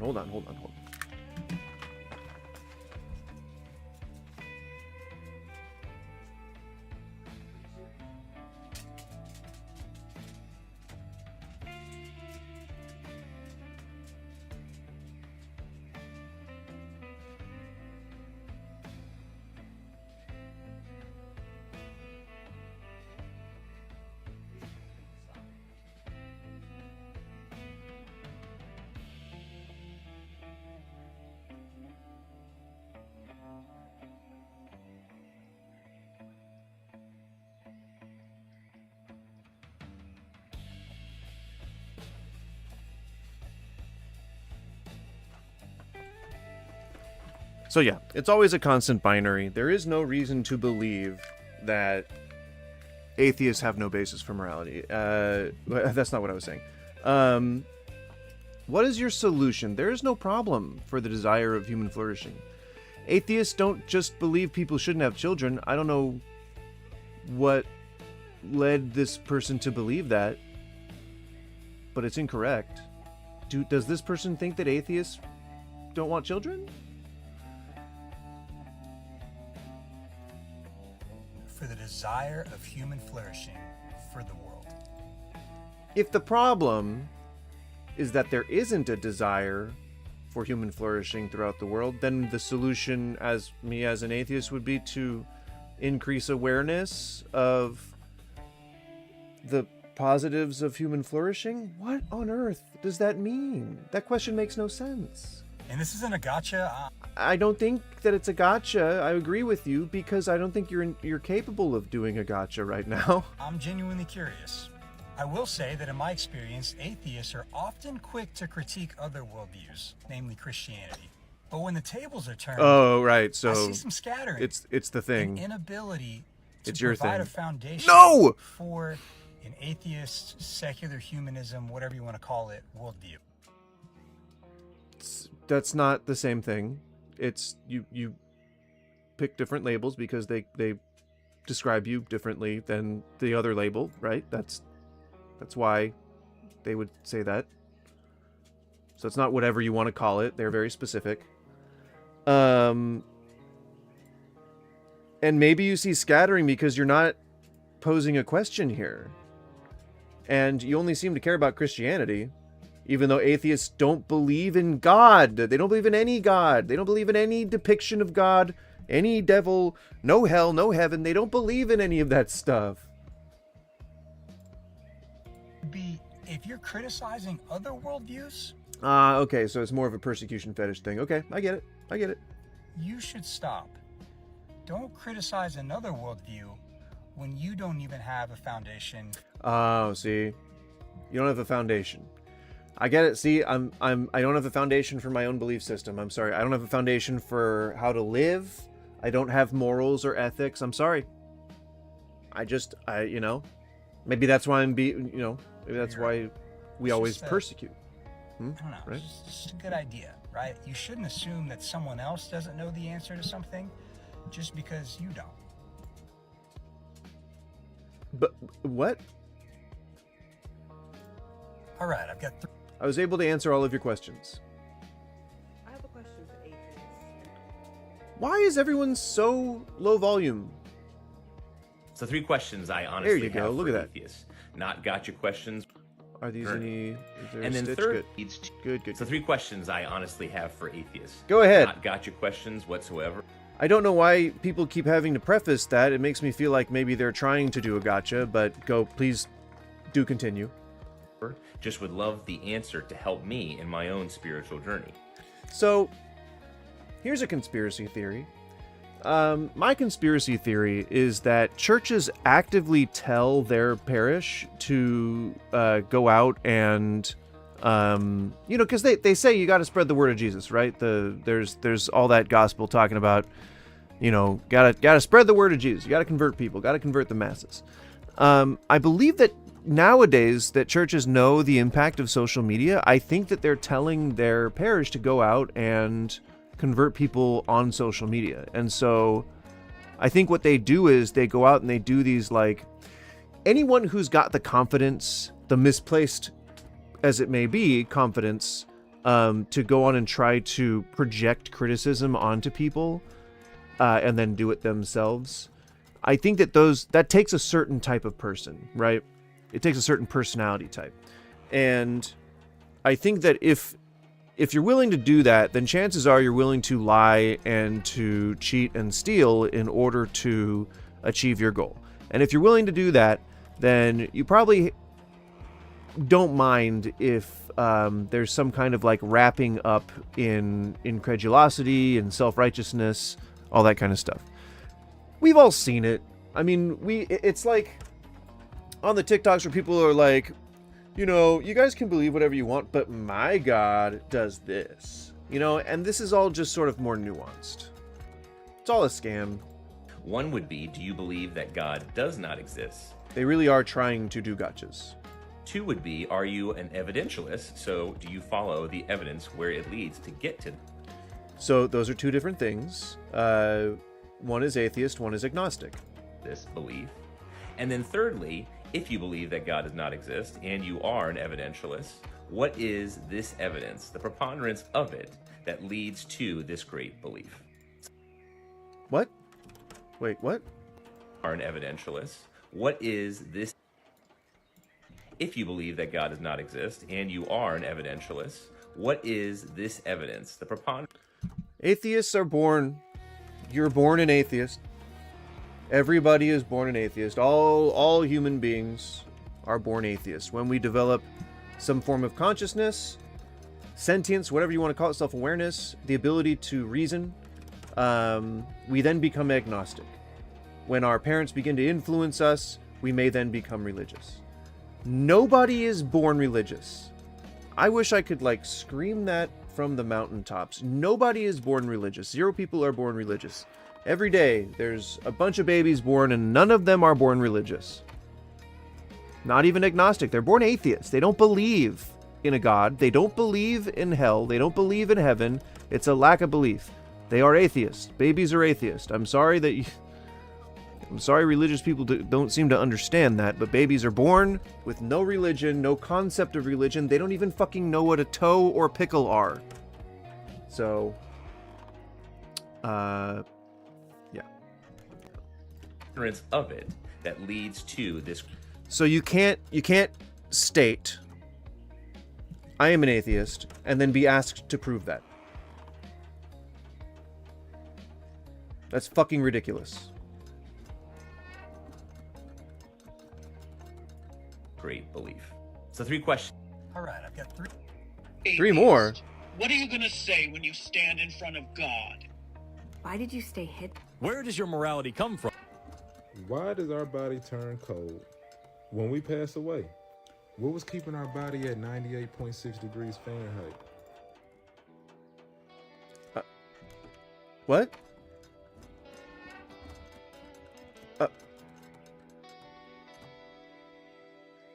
What? Are you saying that the soul is what was keeping our body at 98.6? And just so you know, people, the average, the temperature that it's supposed to read most of the time is going to be 98.6 or something, but people's temperatures fluctuate all the time. And what's keeping it? Blood. All that, fat, blood, fur, or hair, arm hair, leg hair, clothes. Oh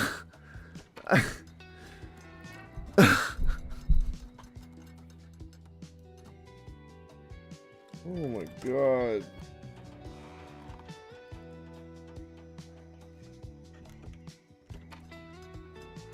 I feel like I'm tripping. I feel like I have taken hallucinogenic drugs and am now trying to operate normally. That's how I feel with hearing this. That, my friend, is what you like to call spirit or life. No, it's blood. Blood is pumping in your veins. It is getting it's getting out into your extremities. It's getting cooled, and then it comes all back into your heart, goes through your circulatory system, and then it gets warmed again. And if your circulation is bad, that's why your extremities get cold. What are you talking about? Why do you believe that the reason we get cold when we die is because our spirit leaves our body? I just can't.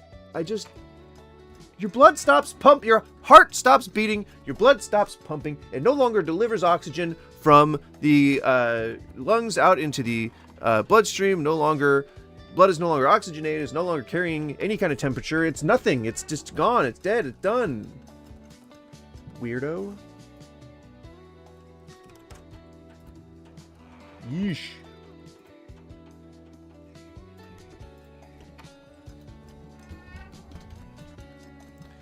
Golfing with your friends. Fucking golfing. Gonna golf the fuck out of this course. I decided to Twitch. Oh yeah, never mind. I was gonna say I decided to change the thing info, stream info. You get it. So no, it's not not spirit or life that makes your body warm. Holy shit. God, all of which dwells in us. And no, your spirit is not God. That's not what the Holy Ghost is. Inside of this physical body, as of right now. But once this physical body goes away, it perishes. That life and that spirit, that continues on. This body is mortal flesh. But what's keeping our body at 98.6 degrees Fahrenheit, that thing that opens your... Is blood pumping through your veins. It is the clothes that you wear. It is the hair, the skin. It is organs. It's flesh. It's all that stuff. It's fat that helps to retain heat and to pass around other parts of your body. That's how people stay at the right temperature. Wow. Rise in the morning when you wake up, that's called spirit. And no, it's and not. Life is no, it's eternal. not. It's not called spirit in Now, life. On the flip side of that, what does that even mean? We know. I'd love to hear you describe it. Believe in heaven or hell. No, we don't. People believe in a lot of different things. Some people believe in heaven and hell. Some people don't. Nobody starts out with that belief. You gain that belief through religion. There is no atheist heaven and hell. I hope that is not a thing that needs to be explained. There is no atheist heaven. There is no atheist hell. Those are not things. And we know that the spirit is eternal. We don't know. We don't know that. Some people don't believe in hell. Some Right. people don't believe in heaven. Right. Some people think we just go into a darker bit. No, some people don't know, or just don't. I don't care. Don't know. It's okay to say we don't know. Some people just believe that, something else other than what you believe. I think, some people believe that we're reincarnated. Some people believe that the deeds we do in life determine what we get reincarnated as, like Dharma. What is that? Dharma? And once it's over with. They don't think we like bridging from this life into another. There's a billion different beliefs that people have about what happens when we die. A billion different beliefs. Everybody who believes something probably believes something just a little tiny bit different than the next person who believes almost the exact same thing. It's like parallel universes. There's a version where everything exists. There's in people's minds, Christianity is just a little tiny bit different each time. The one or to an eternal life that we've played a part in, that this life created. You see, God told us that he knew us before we was in our mother's womb, letting you know that we came from somewhere. And we're going to go. But that doesn't mean anything to an atheist. And where's the question in all this? Somewhere too, after this place. The only question I've heard so far is, what's keeping our body at 98.6 degrees? And A, that's not how that happens. But B, I already described. Twice I did. I'm gonna turn the face cam off and hit this big bad bowl here. I truly believe Earth is a testing ground for human beings. What the fuck does that mean?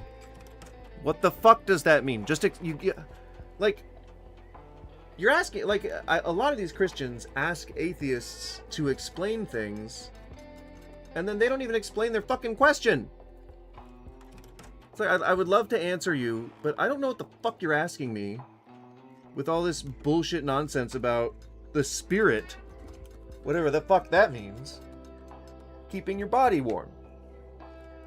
That is not a concept that anyone believes in. Yeah, see?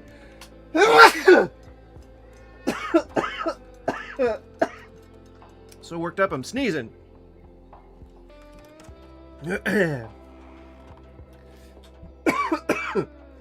Actually, what made me sneeze, and you may get a kick out of this, is that I pulled out a nose hair. Yep. I felt one tickling my mustache, and I yanked it out, and it made my nose itch so bad that it made me sneeze.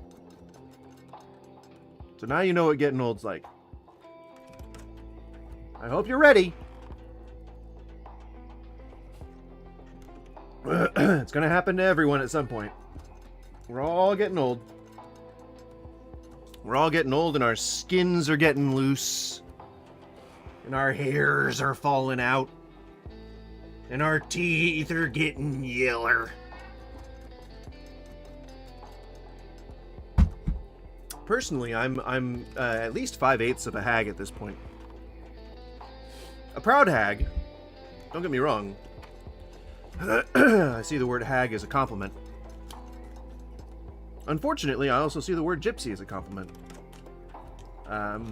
Which puts me at odds with anyone who considers that term offensive now. You know, I'm okay with that. I progress is more important than maintaining my status quo. So, if we are honoring the Romanian people the way they deserve to be honored, then there you go. Or I guess the nomadic Romanian people, anyway. The Constantinopolitans. Right? Isn't that modern day Istanbul? And like there was like a lot of migration from Turkey to Istanbul, to Romania. I was told. Now I think the oldest term that I can find for my family name is Hufnagel, which sounds to me like an Alsatian name. You know, like how you probably in Romania you would find like a Romanian, like an Eastern European, Slavic sort of names. But in some places, you know, you end up with names of the people who settled there. And if we're talking Germanic tribes, Hufnagel sounds like a good candidate. So I don't know. So maybe I am a bit from the Slavic region. Maybe my distant relative was Vlad Tepish. It's entirely possible that I may be a hidden vampire. So there you go. Maybe that's why I hate religion so much, you know? That could be it. I'm not gonna rule it out. Alright, cheers. Smoke them if you got them. I'm gonna smash this bowl. Cheers.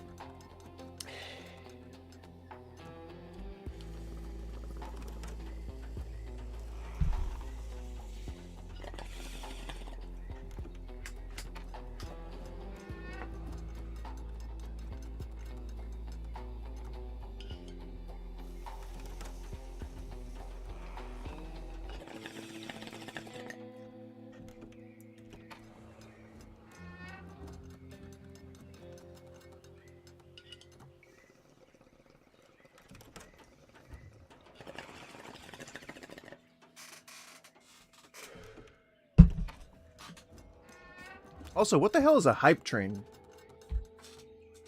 Keep seeing that. And it's like tells me on my stream manager to start a hype train. I don't know what the fuck that is.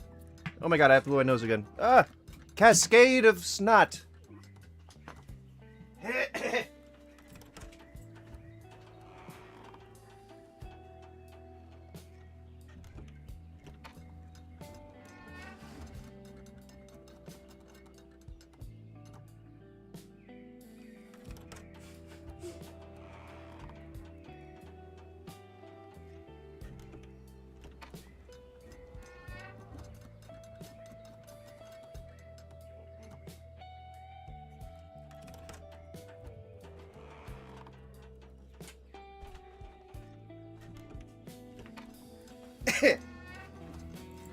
Alright. If you're just joining, welcome. We're just listening to someone who says they believe that the body maintains a 98.6 degree temperature because of the spirit, and that the reason you get cold when you die is because the spirit leaves your body. So that's where religion is right now. Forget any forget any part of the medical field that would just, tell you that it's blood and circulation and stuff and clothes. For our spirit. Even people that astral project, something I've never done and something I don't. It's not a thing. Because when you leave your body, you're leaving your vessel open to be attacked by another spirit. No, you're not. You are the protection. So that's not a thing. First of all, astral projection's not a thing, and you can't then base a belief off of something that's not a thing. That's how we got religion. You dink. Come on, man. Don't be so gullible. Nobody can astral project. If someone tells you they can, they're lying to you. They're trying to swindle you somehow, either for affection, for social gain, or for monetary gain, and it's... Come on. Don't be gullible.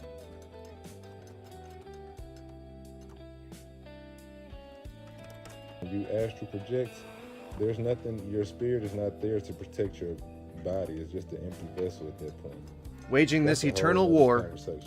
But it does prove that our physical body is not us. Like, our spirit can leave that body, and our body will still be alive. Spirit is alive, and then the spirit will come back into the body, and then you're back living your normal life. Or even when we dream. That's not a thing. REM sleep is rapid eye movement, meaning that we're in the deepest sleep that we can possibly have. Okay. But our eyes is moving more rapidly than they do when we're awake. Our brain activity is much higher at that time than it is when we're alive, just living life. So our spirit, I think, is a lot more deeper and intact with us than we really know, and that's the real thing. Because keep in mind, faith is a belief in things unseen. And just because our spirit is eternal no matter what we do, don't mean that our afterlife is going to be just peaches and cream. Again, like I said, I think the Most High put us here as a test. None of us is perfect, but we can do this though. Love the Most High with all your heart, all your soul, and all your mind. And treat your neighbor as you want to be treated. When is he going to ask a question? Those of y'all that just live intentionally evil and do people wrong every day, or just whatever you want to do. Who does that? Who does that? The most violent people I've known in my life claimed some religion. You're going to have an afterlife, but I don't think it's just going to be sweet or just a black darkness. No, I think we got to pay for what we do on this earth. And you're entitled to that. Where the fuck was your question? Now, Alex, please answer the question. What is the alternative to the biblical God, Jesus Christ, that you accept as more reliable? And secondly, what's the evidence that that alternative to Christ is really reliable? I can answer that. You don't believe in anything. You don't have to have an alternative. There's nothing anywhere that says you gotta believe in something. You can just believe that, you want the best for people and you want people to be able to survive and thrive and exist in the world on their own terms. That doesn't have anything to do with a fucking God! There doesn't have to be an alternative. Just because you happen to believe that something needs to be there doesn't mean you're fucking right.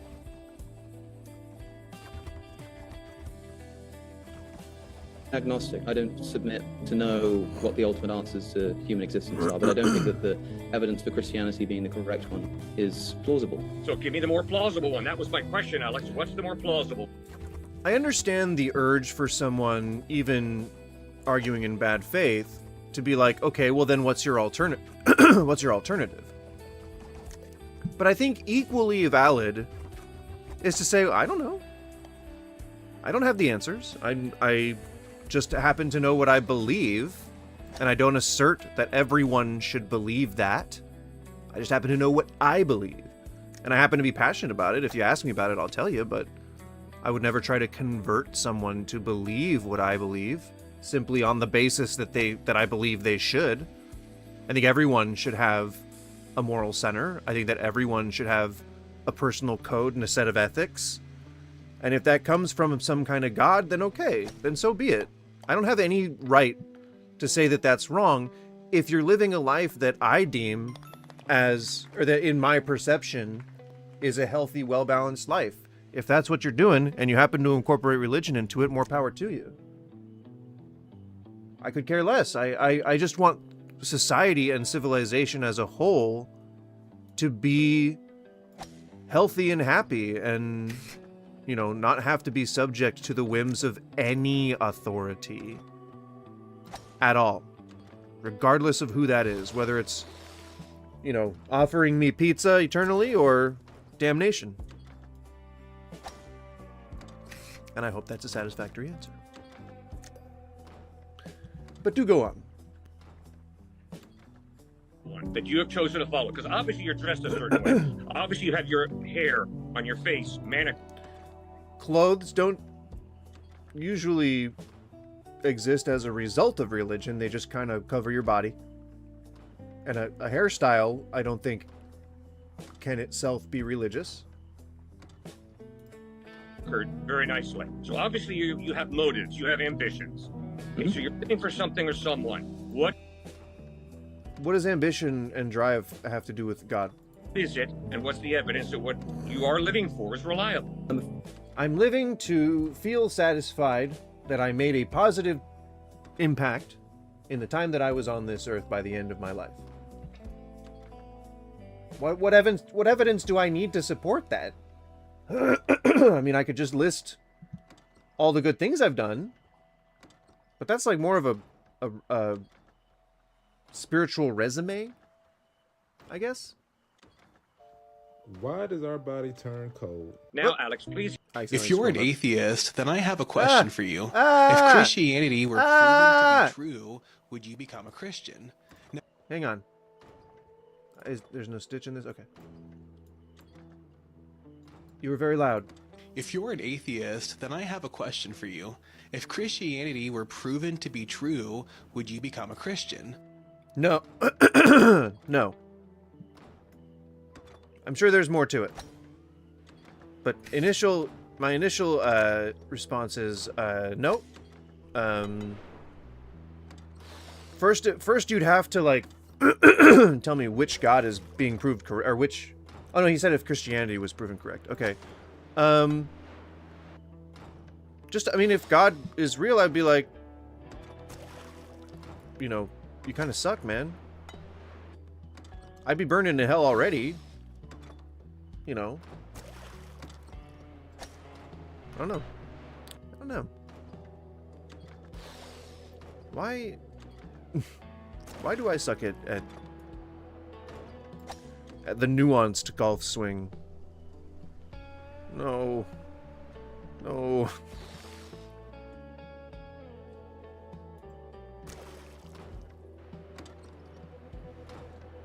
Don't judge me.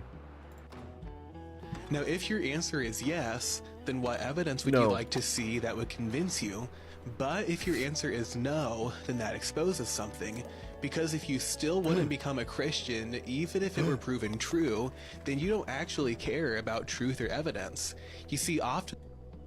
What? I mean, Well, I guess I'll listen to your point, but... And the reason why people reject Christianity is not because of intellectual reasons, but emotional reasons. They don't... Well, true, with a caveat. Want Christianity to be true, and they refuse to submit to God because they choose to be their own God instead. If you're... What? What a reach there. Isn't it kind of shitty if a god is like telling you to take people as property? Isn't that bad? Doesn't that mean that the god is not necessarily a good god?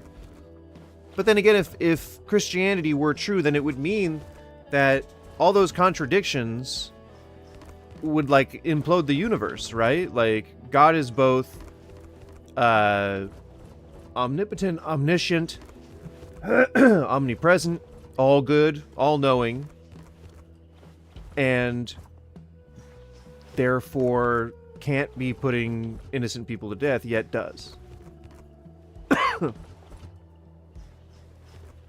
Checkmate, Christians? So if that were true, if all of that were true, then the universe would just fold in on itself. You can't be two opposite ends of the spectrum at the same time if you're fucking God. But let's say that the laws of physics were non-existent and you had to just kind of submit to God's will, which is weird because we're supposed to have free will, and that's how it always had been, then nobody would have ever known that atheists had ever existed. Agnosticism wouldn't exist. You wouldn't ever be unsure because God would be there. God would be a evidentiary. And yet that's not the case. So I guess let's consider that being the case. Even then, even if I am aware that God exists, I know that Christianity is exactly what he wants for the world. He is omniscient, he's omnipresent, he's all good, all that kind of shit. I'm still not gonna like owning people as property. I'm still not gonna like all of the inconsistencies. I'm still not gonna like any of that stuff. I don't know that I would necessarily have a concept of rebellion in a world that was designed the way God wants it. But I think the moral stance to take, from my perspective here, would be the person that resists the will of God would be the more ethical and the more moral person. So, I don't know. Maybe you're just a pussy. I did not mean to say that. I don't know why. I was feeling real salty. Salsa-y. Feeling real saucy. Yeah.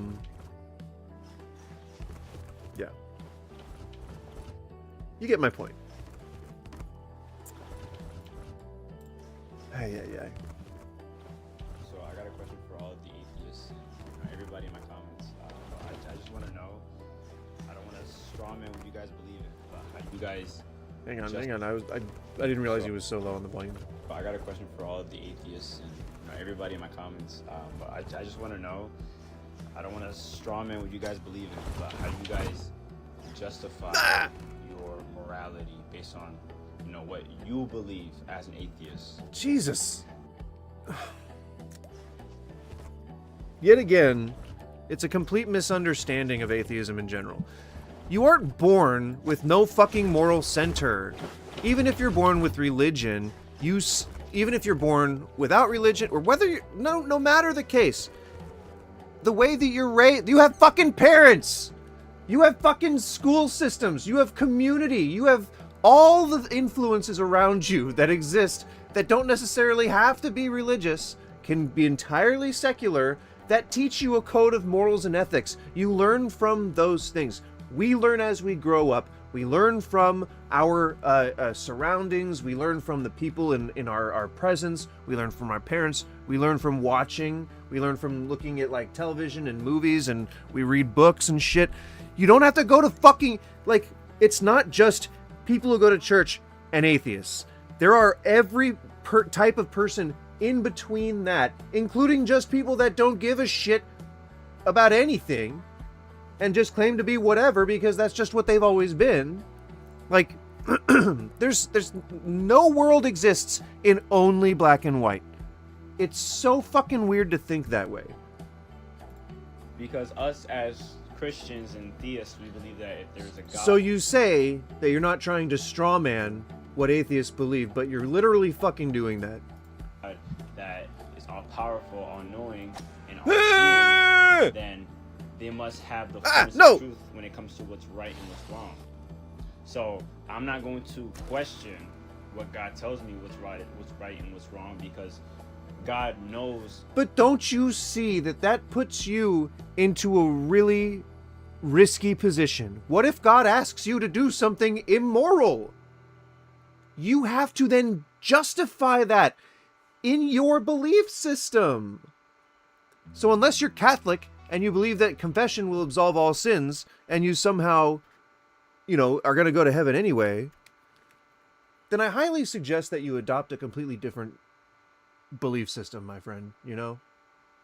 That is just what I would recommend, because it feels fucking weird to be in this position where you're like, I'm gonna tell these atheists what's what, and I'm gonna open their eyes. I'm gonna do it. I'm gonna open their eyes. I'm gonna do it. And then come in with this fucking shtick. What's right and what's wrong, because God knows for a fact what's right and what's wrong, because you're reading a book, and then you're learning from the people around you that the person that's being depicted in the book, God, is just always right. Do you not see that as brainwashing? Do you not see that as indoctrination? Like, how do you rationalize? How do you rationalize it? They created it. We believe that they created what's right and what's wrong. But yeah, I just want to know, how do you guys, observe the world? How do we fucking live? Like normal fucking people. Through your lens, how do you know what's right and then what's evil? How do you know what's good and what's evil?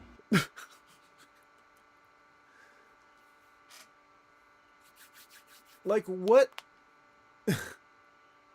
What does he think people do? Like, what does he think? Like,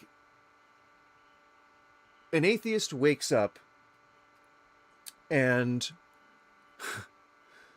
they shower and they get ready. But they read an article, or no, it's just, you have to make a moral decision for every single thing that you do, it seems like. And I'm having trouble describing that in the way that an atheist would experience it, but we just fucking, live. I think a person with a lack of belief has a lot of mental real estate to not worry about that religious persecution shit when they're living their normal fucking life.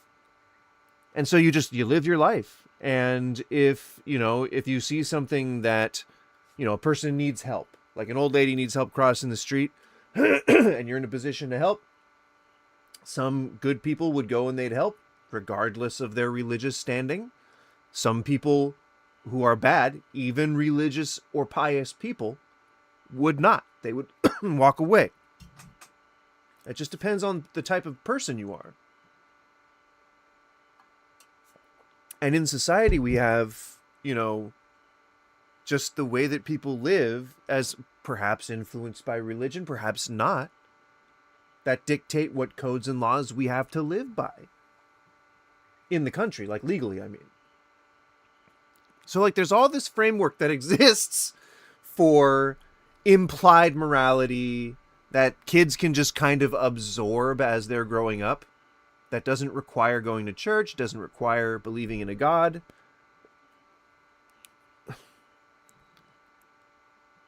I don't know if it's easy for people, if you're insular enough inside the Christian community, maybe you never talk to people who aren't Christians, but I don't know how you would look at a person who is not religious. They may be dressed and look exactly like the person next to you who is religious, and say that person has no moral center. That person doesn't know what's right or wrong, what's good or evil.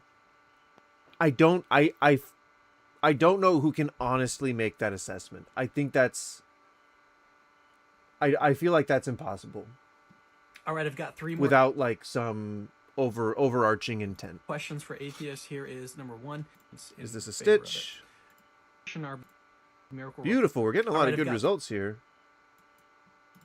All right, I've got 3 more questions for They're asking all the atheists. same Here is questions, number 1. but Do you believe that our beliefs ought to be proportioned to the evidence? So should we only really believe something if we've got evidence in favor?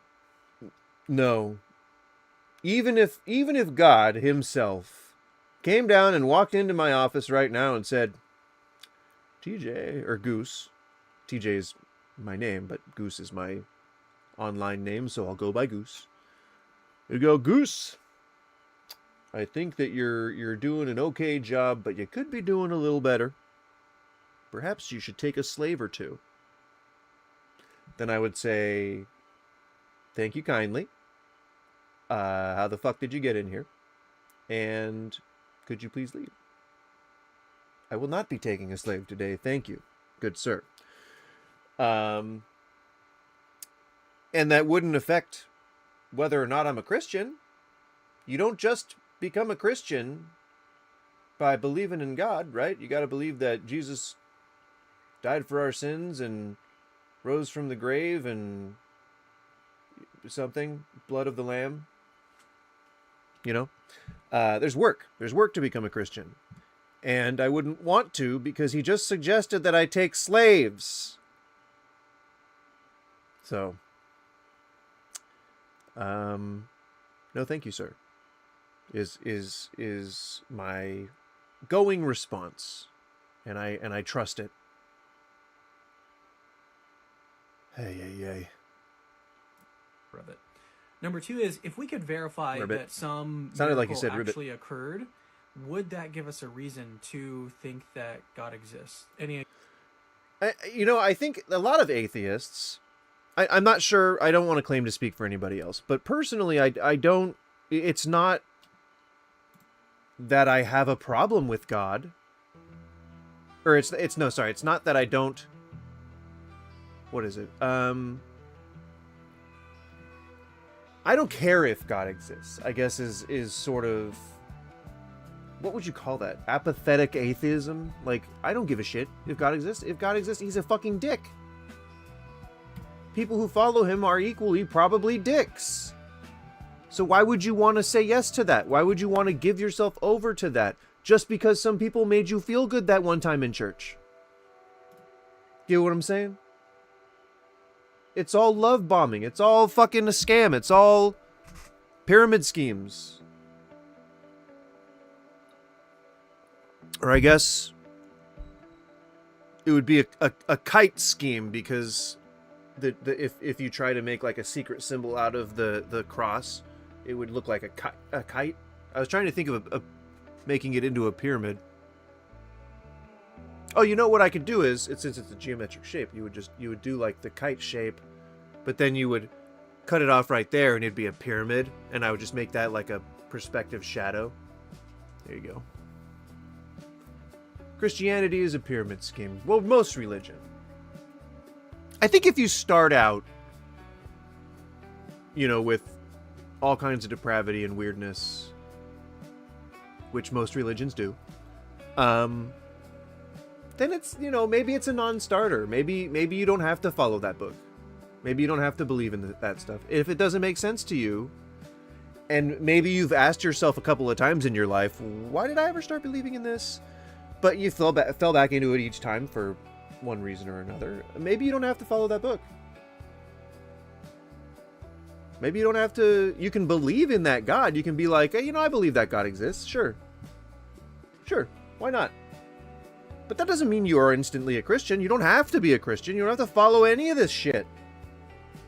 That's what's beautiful about free will. Again, this is contingent on whether If God seems like a dick, maybe kick him to the curb. or not we could actually verify that the miracle happened. All right, number 3, and this is... Nobody cares, or at least I don't care. I guess that's my personal stance. Probably, there's probably some atheists who are like itching to disprove things like that, but I don't fucking care. If you can prove a miracle happened, God's still a fucking dick.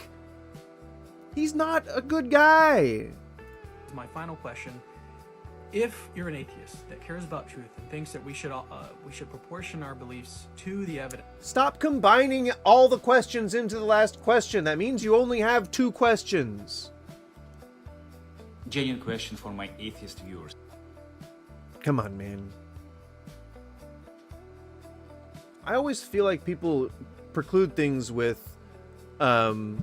genuine question. Totally not trying to do a gotcha, all that kind of shit. Like, is it on purpose? Is that like their cattle call? Is that like so other Christians can spread this and be like, here you go, atheist friends, this guy's genuine questions. Why do they sound like a closeted gay person? I don't know. Is there any type of explicitly Christian content that you find thoughtful or engaging in any way? I have to look at the stream manager thing to make sure that I'm not missing messages, and I don't have enough screen space to do this and all the windows, so you're seeing that. So sorry, apologies. For example, although I am Christian, I regularly watch some thoughtful atheist or agnostic content like Alex O'Connor and Unsolicited Advice. I find it careful, multi-angled, and intellectually stimulating. Did he already even ask when his I question? disagree. So I'm wondering, is there Christian content that you experience in a similar way, even if you don't accept its conclusions? What makes it different from content you immediately tune out? I'm not... Well, the scams, usually, I'd say they're pretty easy to spot. It's pretty easy to spot a scam. But it's also easy to spot people that are arguing in bad faith. So I guess I just try to shy away from stuff. Not really. If I'm doing something like this, if I'm making a video, which it's been a long fucking time, when I had to get rid of all of my archive footage, I got like super uninterested in posting on YouTube again. It'll happen again soon. I promise. But like, it feels shallow to try to analyze something that doesn't really have a lot of substance. If they're trying to go for a gotcha moment, and it's usually when they say they're not, then it's easier to dismiss that. I like thoughtful questions like this. Like, he's like, hey, I watch guys like Alex Connor, and I'm trying to figure out if you guys happen to watch any of the Christian stuff and which and why creators. You stray away from others. Unless you want to.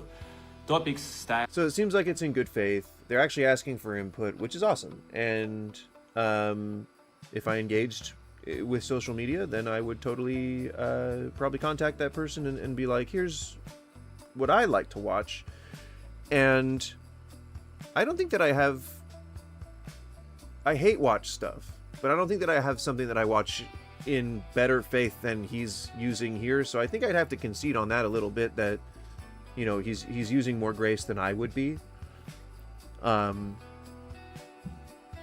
yeah, I think there's probably some stuff that I hate watch that I'd be happy to recommend if he wanted to, if I engaged with social media like that. This is a sincere question to my... See, again with the, if you have to say this is if you have to say this is a sincere question, this is a genuine question, I promise this is not a gotcha question, all that shit, maybe people shouldn't be listening to you. Get it!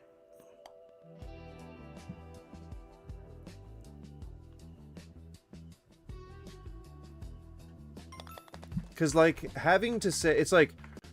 I don't... what is it? Now, I'm not racist, but I'm gonna tell you a joke, okay? This black guy... Get what I'm saying? With all due respect, that's another one. Whee!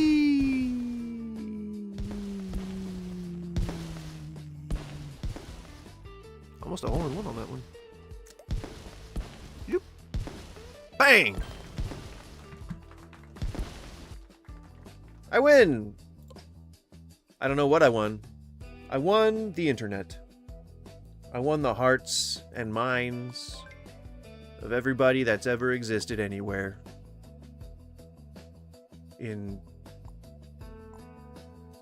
on Earth. On Earth! Going to the Oasis.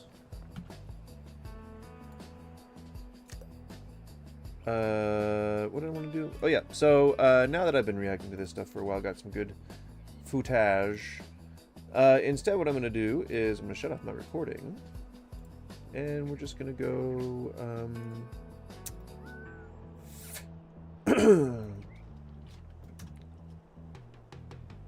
change the stream info to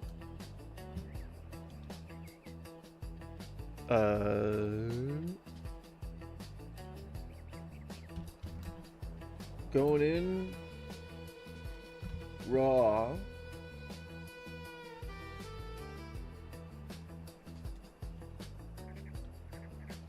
with random TikToks.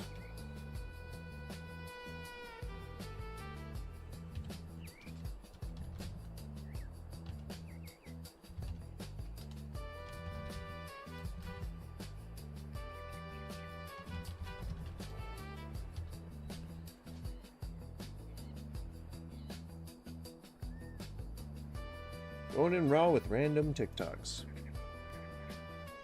So, I hope I didn't influence my algorithm too badly by doing that. Not that, by doing the Christian stuff I was looking at earlier. But this is just us doing just simple reactions now. Nothing controversial, nothing, you know, not focusing specifically on religion anymore. I'm finding it so hard to click and talk and process information at the same time. I'm trying. I must edit this.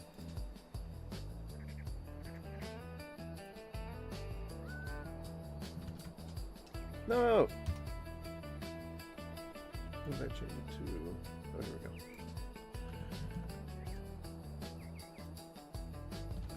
There we go.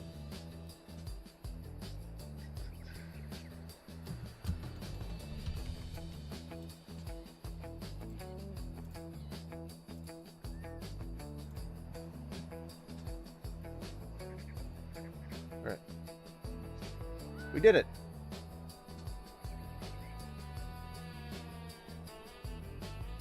I think.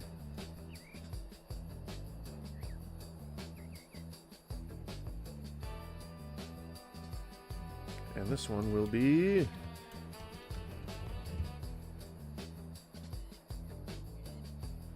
I mean, just the same shit it was before, right? It's okay, he doesn't have to leave. I'm sorry. Who are you? Oh, I'm Calvin. I'm the new owner. I can handle it from here. You don't have to leave. This man hasn't paid his rent. Fine. I guess that's your problem now. Thank you so much. What is this? I promise. I'll have the money for rent. It's funny that I'm asking what this is when I literally wanted it to be, like, completely random. I'm an insane person, you know? What can I do? No, I was hoping I'd get in there. Okay, fine. This is just like every other mini golf thing. This ain't my first rodeo. There you go, yeah. Take that, golf. No, you do not have to worry about it. From now on, your rent is free of charge. What? I don't understand. Why would you do that for me? Because of what you did for me 20 years ago. You see... I'm sorry, but this is a private office. We don't allow... Oh, I'm actually here for the assistant position, you know, to apply for a job. Oh. Why would you... I mean, you wouldn't be doing that, going to apply for a job with your hair and self looking like that. But go off, King. I'll let you cook. Hang on. Let me get this. Why do you... You look like you... Fucking like... Okay. Mild shock. No, bigger. No, bigger. No, bigger. More shocked. More shocked. Okay, now smile. There you go. Perfect. Let me talk to my boss. Would you mind waiting out here? Sure. Is that the guy? No. Hey, I have an interview scheduled. Hey! Let's just say it wasn't exactly If you easy had for an me to interview get a job scheduled, looking like if you had an interview scheduled, you would have like dressed up for it. You would have at least combed your hair. You would have done something. Like there is no homeless person who really wants a job who would not do that. That's just a gross misunderstanding of the type of person that is homeless. Like that is just, if anything, that's offensive. that. Hi, I'm Calvin. I'm applying for the... When was the last time you showered? And neither would a prospective manager be saying that to a potential hire, even if he smelled like shit. That is just like really rude and invasive and personal. Eagle, fuck yeah. Nice cock. It's been a couple weeks, sir. A couple weeks. Oh my god.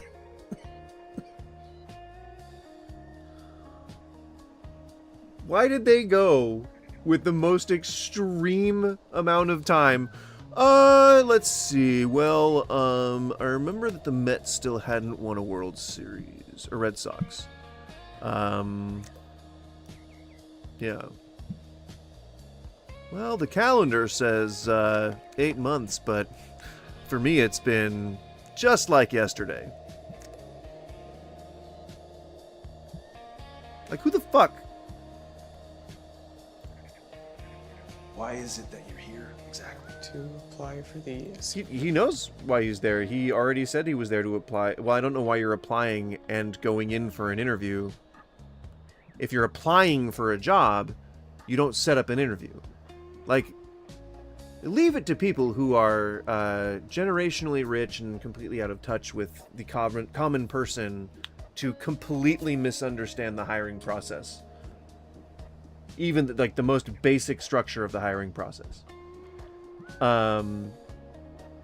He didn't go to apply. He said he had unless he was lying, in which case, why the fuck are you lying at a job interview? Or when you're trying to apply to a place with, like, just, you would go to a thrift store. A shirt is like 87 cents at a thrift store. You can buy a suit for 20 bucks. Pretty reliably. Like, you don't have the self-awareness and the composure to apply for a job unless you also have the self-awareness and composure to go to a fucking thrift store and get clothes. This is just, I hope this is rage bait because it's working. Distant position, but I'll take any opportunity that you have. You want to get into real estate. What could you possibly know about this? No, he said he wanted to be an assistant. Was it an assistant realtor? Because I'm pretty sure it was just an assistant, just administrative assistant. That's not getting into real estate. So he doesn't have to know anything about the field. This field? Not much right now, but willing to learn, and I've always been interested in it. Oh, how ironic is that? A homeless guy getting into real estate. That's great. Just keeps getting better. But again, a potential hiring manager would, I mean, this would be going through HR in the first place, but if the manager's there, if it's small enough operation, they wouldn't be saying any of this. That's not how people talk. Better. Look, you know I don't look like much. My house burned down in a fire. I lost everything. And you don't have insurance? No insurance? My car. You have car insurance? Even my family. And your family left you? To make matters even Probably because you didn't buy insurance. worse, I lost my job too. So please, if you just give me a chance, I promise. Why would you lose your job? I guess depression, but why would you wouldn't inherently just lose your job because your house burnt down. Like, even if you're like trying to salvage, you're trying to, root through everything, like, you wouldn't just stop going to work. So all of the building blocks are coming off of this fucking carriage right now. And that's good, I guess, because you're not supposed to make carriages with building blocks. And where the fuck are you putting building blocks on a carriage. Why are you using a carriage? Why aren't you using something more modern to get to where you're going? Will be Third the of all, hardest worker you've ever hired. and people, I don't know, this is not how people talk. You seem like you have. How do you have a resume?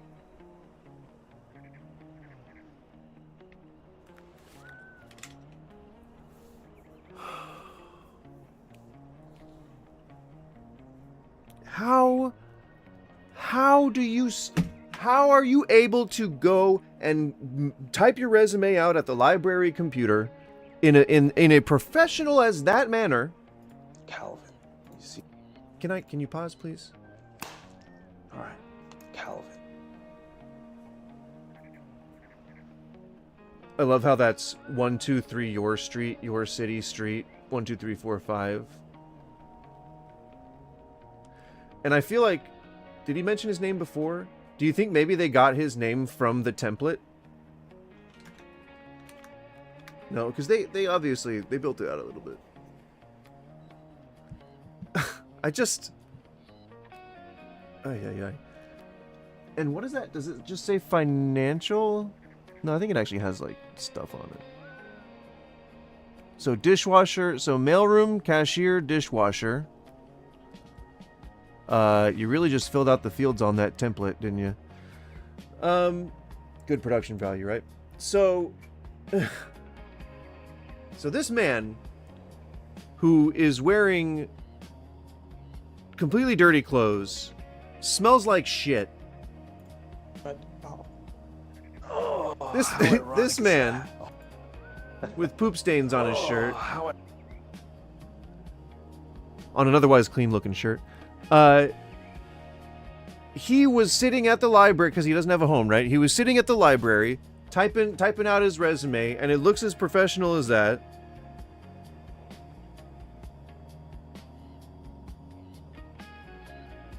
Sorry, my wife texted me.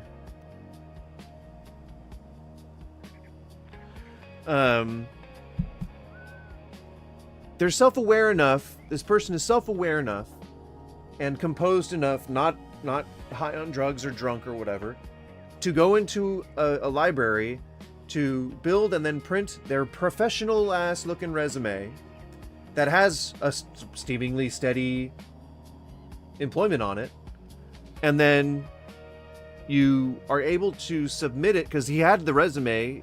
He didn't just sit down and put it on the desk. He had the resume.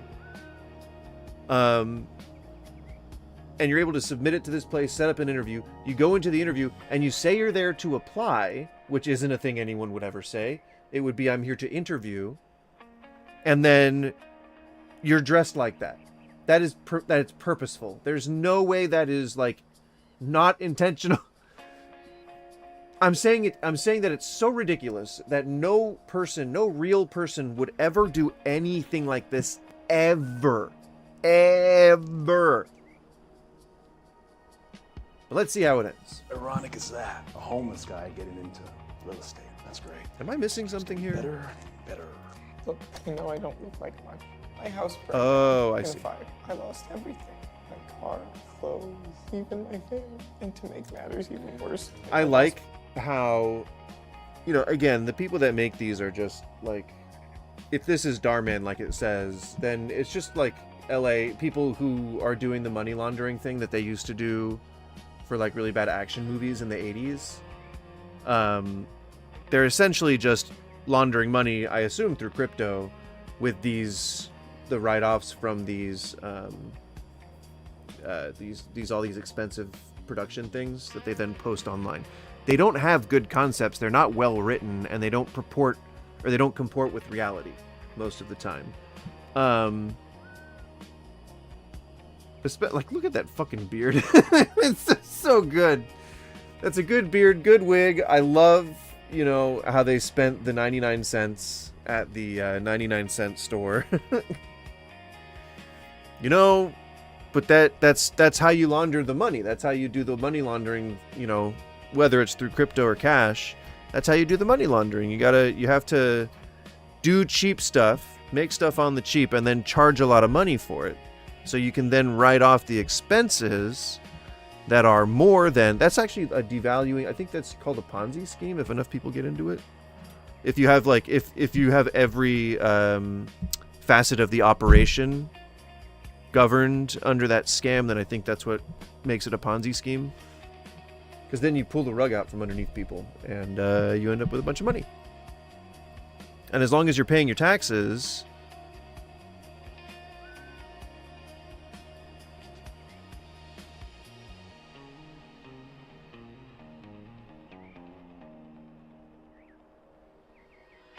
She said, my wife is insane. Sorry, wife. Don't mean to call you out on my online audience, but, you know, nobody, I think, is watching right now, so it's all good. It's all good. Yeah, no, nobody's watching right now. I think we're alone now. Job, too. So please, if you just give me a chance. What is the point so of you all want this? to learn about real estate, right? Yeah. Lesson number 1, resourcefulness. I want you to get cleaned up. The new outfit, too. With that. And if you can do it by, let's say, today, I will give you a job. Sound good? What is that? 250? But sir, a haircut alone would cost... Give me the fucking... There we go. Even my family and to make that. So they made a... someone probably told them that it wouldn't make sense that he wouldn't have new clothes. And so they kind of had to write this part in. I don't know. I lost my job, too. So please, if you No! just give me a chance, I promise we'll be the hardest worker you've ever hired. All right, Calvin, you seem like you have a lot of heart. I don't know if you're telling me the truth or not. No, damn it! I'll tell you what, it's $20. So you want to learn about real estate, right? Yeah. $20. That means you head to the thrift store and you buy yourself a suit. And then you go to wherever, YMCA, community center. You go to the nearest Starbucks bathroom and you shave some of that wig off. And then you comb the upper part of that wig. Maybe tie it back. But I mean, it doesn't look long enough to need to be tied back. You just give it a good coif. Run some water through it. Then run a nice comb through it. Get all those tangles out. Make it look spiff and span. Spiff and span. But no, you could also just clean up your beard a little bit. Just get it like a 99-cent razor and just clean up your beard a little bit. You know, comb that wig and it's all good. Like you are presentable now. And then you just go in and you can get a job. There you go. Enjoy. Lesson number 1, resourcefulness. Enjoy your job, I want Calvin. You to get cleaned up. The new outfit, too. At your street. With that. And if you can do it by, let's say, today, I will give you a job. Sound good? But sir, a haircut alone would cost $20. Well, you better be resourceful then. I wish you luck. It's okay, he doesn't have to leave. I'm sorry. Who are you? Oh, I'm Calvin. I'm the new owner. You could use a, you could use a trade-up program, like a trade-up method. Like you could try to get a better thing. Like you spend $20 and you get something, and then you try to trade up to something else, and you make it like a media thing. Like you make it like you're, because typically homeless people have phones. They're usually easier to afford because you can get them on credit. With bad credit. And so, I don't know. I just feel like that would be how I would approach that. I don't know if that's a thing. I don't know. I can handle it. So what was the conclusion you here? You don't have to leave. What? Why is the man? Is that supposed to be the man when he's old? This. I guess that's your problem now. Thank you so much. I promise I'll have the money for rent soon. No, you do not have to worry about it. From now on, your rent is free of charge. What? How did he I help don't him understand. though? Why would you do that for me? Because of what you did for me. Oh, I get it. Because we don't know, but he helped him with like the suit or whatever, his suit. Pays 2 times for their house. Once for the house and once for the interest on the house. But rich people, skip that second payment. If you stick with me, I'm gonna show you how too. Oh, and by the way, I'm Mel. What? I teach people how to build conscious wealth. If you're into that, hit the like and follow. Okay. I don't want to build conscious wealth. Of a robbery suspect earlier today. Witnesses say he fled on foot and was last seen downtown. It's pretty good. I like the definition in his brow. Authorities were asking for the public's help. Oh, that is help okay. identifying him. We just got one. He has been caught. We're gonna need him. This hand-drawn sketch helped identify a man accused of trespassing in Westbrook. Tonight, that search is over. Has been made. Oh my God. An urgent message from police. They're looking for a missing dad. The girl only had a God. drawing of her father. She didn't have a photo, just this drawing of her. He's missing. He's missing. Have an update from police. Officers have now located the father just moments Oh ago. my God.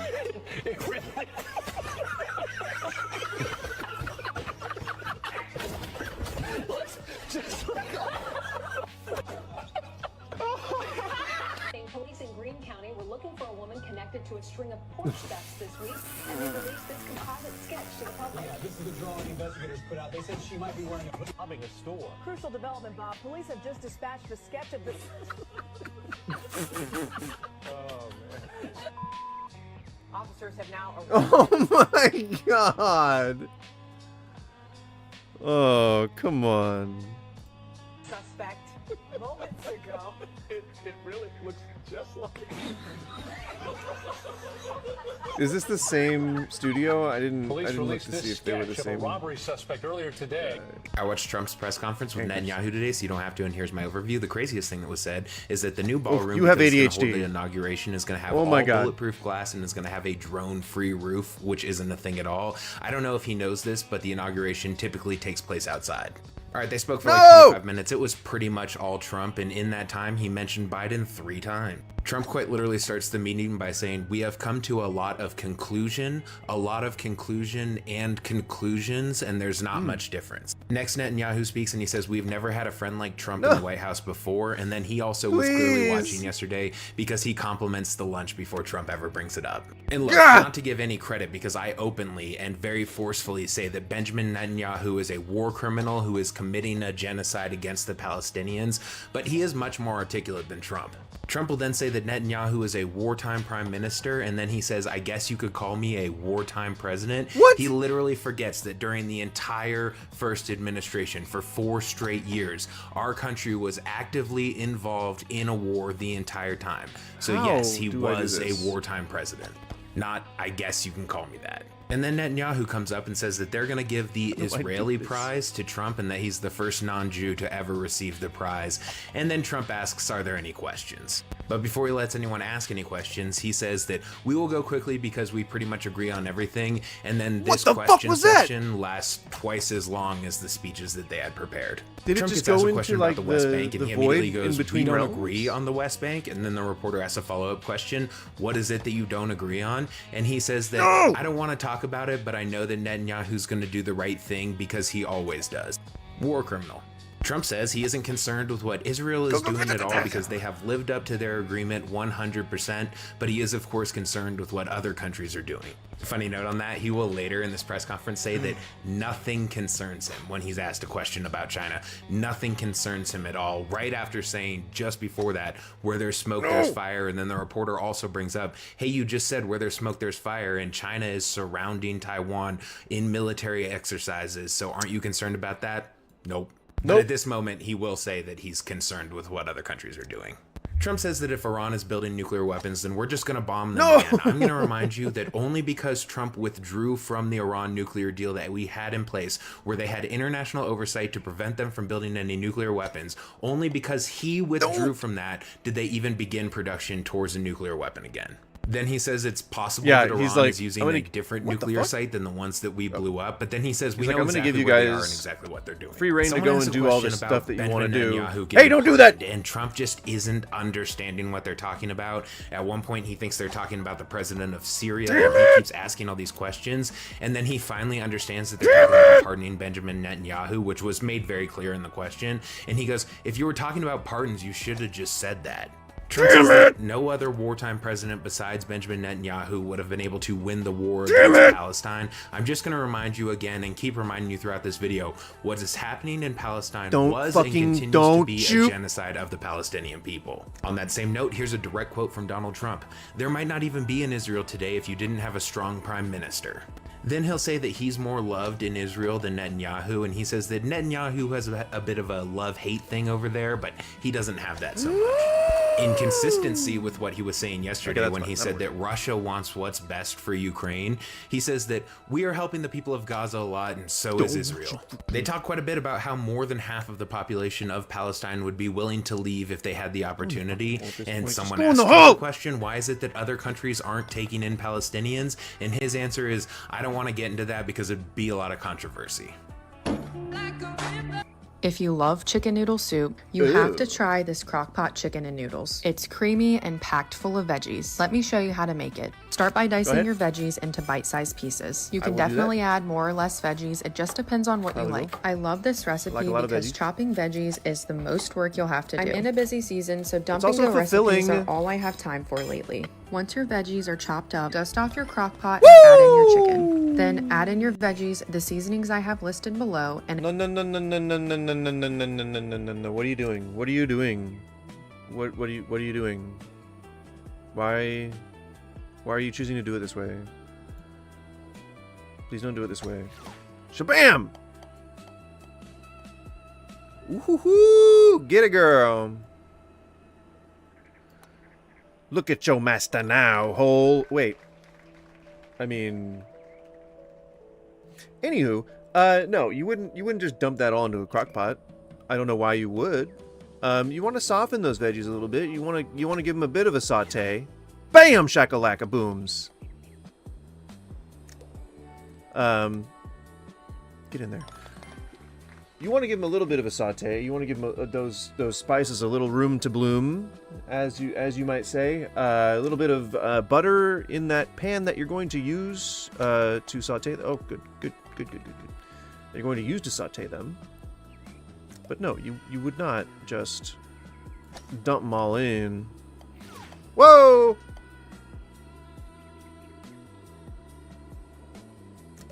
And once you were able to do that, you would then like put a bunch of butter on there and a couple of spoons of flour, and then that would be your roux. And then you would put a bunch of liquid in there, not enough to make it swim, because you're trying to go for like a creamy chicken something, creamy chicken noodle, and yeah, so then you'd let it cook down a little bit, but you would mostly just let it thicken up, and then it would coat everything. Everything would be soft, nice, ready to eat. This actually would only take 30 seconds on the stovetop. Not 30 seconds. It'd take about 5 minutes. You want to get the carrots soft. a can of cream but you don't of need chicken. to Add 1 cup of chicken this. broth. And I would also do, and you're using cream of chicken soup. Why are you using cream of chicken soup to make a chicken soup-like thing? Just make chicken soup. What is the point of this? Thief? This is my son's car. Thief? This is my car and those are my keys. I put them back.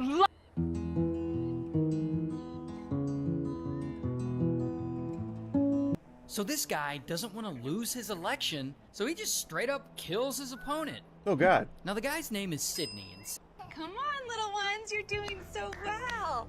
I mean, this is an AI video, so real fucking weird.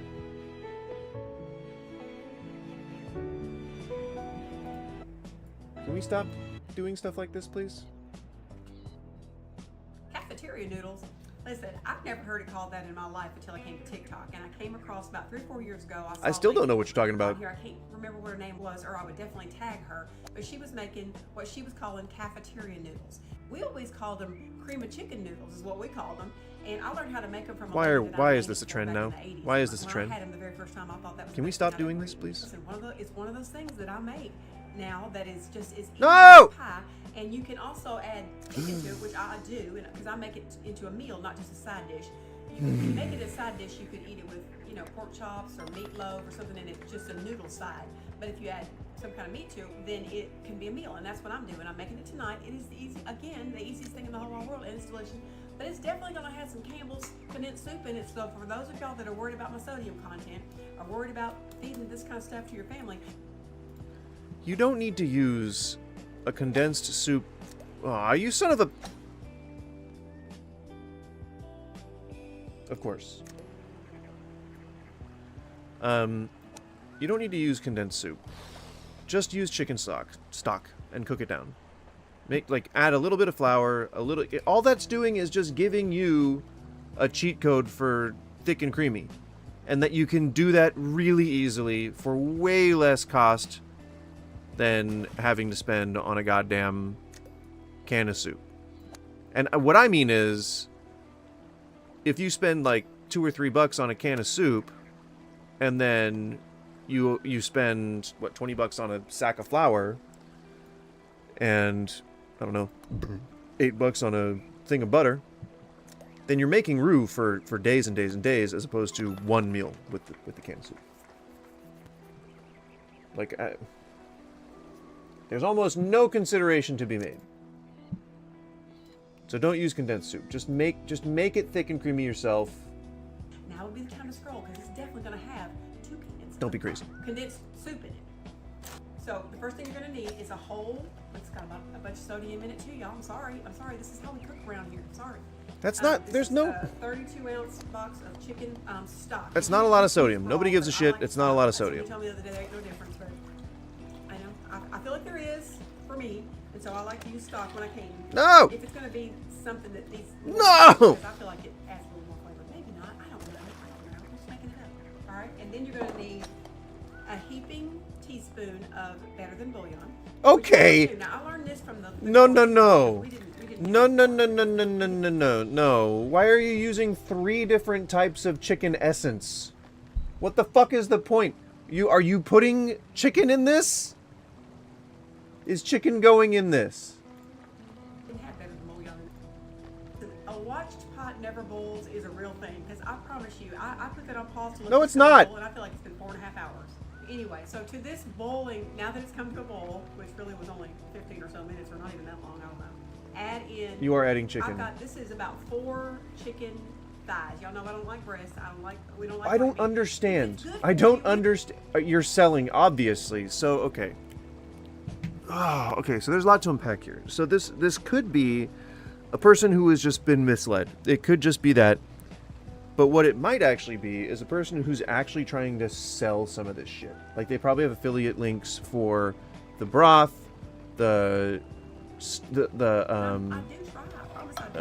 condensed soup, and the Better Than Bouillon. What the fuck? Better Than Bouillon is sufficient to make, I think, an entire gallon of chicken stock. Broth, whatever you want to call it.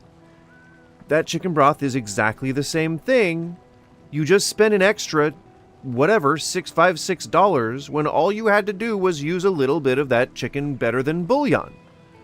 A can of condensed soup is somewhere between $3 and $5.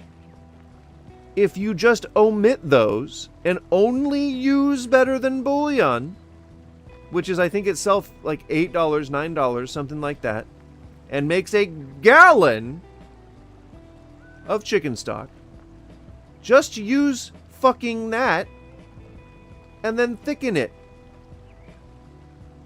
You can even cheat and use a cornstarch slurry. Cornstarch is like $4. Mix it with cold water. Instant thick soup. Holy shit. Bunch of black pepper. You're tripling.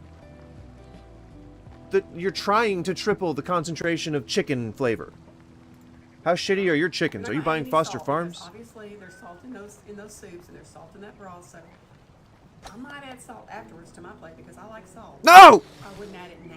Okay, I'm gonna add a tiny bit of garlic, just to, I don't know, You're going to add salt? half a teaspoon. Let me understand. Sometimes you can't win, but I'm still just gonna do what I do and hope for the best. Can't please everybody, especially when there's thousands and thousands of people watching. Obviously, you're not gonna make everybody happy, but I No, I mean, I think people are genuinely concerned for your health. didn't try. I promise I did. All right, then you're gonna add a bunch of black pepper. You're not gonna add any salt because you know, I think that there are uses for already ground, like dried black pepper. I think there are. I don't personally prefer to use it. No, stop hitting the thing!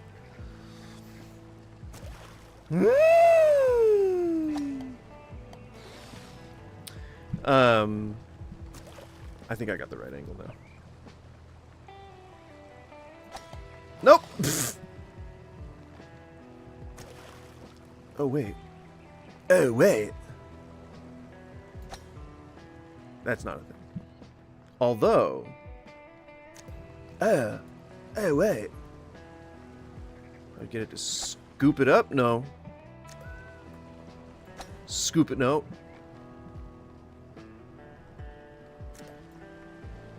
Scoop it up? Oh, no.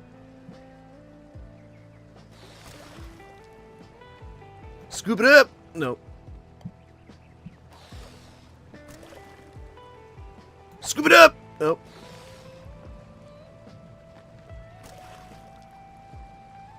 Scoop it up! Yeah, motherfucker. We did it. Blam! Obviously, there's salt in those soups, and there's salt in that broth, so I might add salt afterwards to my plate because I like salt. But I don't know why you would, okay? but I'm gonna add a go tiny ahead. bit of garlic, just I don't know, half a teaspoon maybe.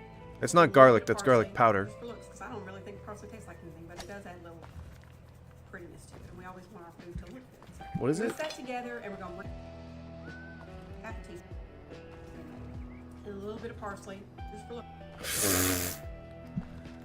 Don't add dried parsley. Don't ever put dried parsley in anything. That is just so stupid. Dried parsley, man, I wish that I had come up with that scam. You know, it's a good scam. Dried parsley adds pretty much nothing to a dish. Also, don't use curly parsley because that's actually just a weed that people sell as parsley. Yeah, weird. Don't use parsley. Don't use dried parsley. That's bad. That's not a good recommendation. I'm gonna rocket this thing into this guy's mouth so hard. Whoop. Phrasing. Ha!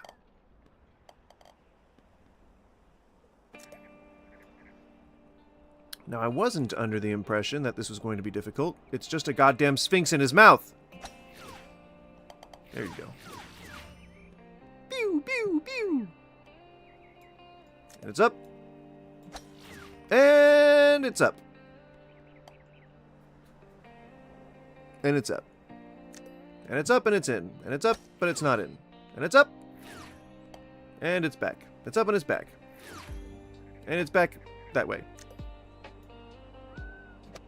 It's up. And it's in. It's up and it's in. Okay. It's up and it's in. We're up and we're in. Ah, come on. I was hoping that would be the exact right angle and I'd look like such a fucking pro.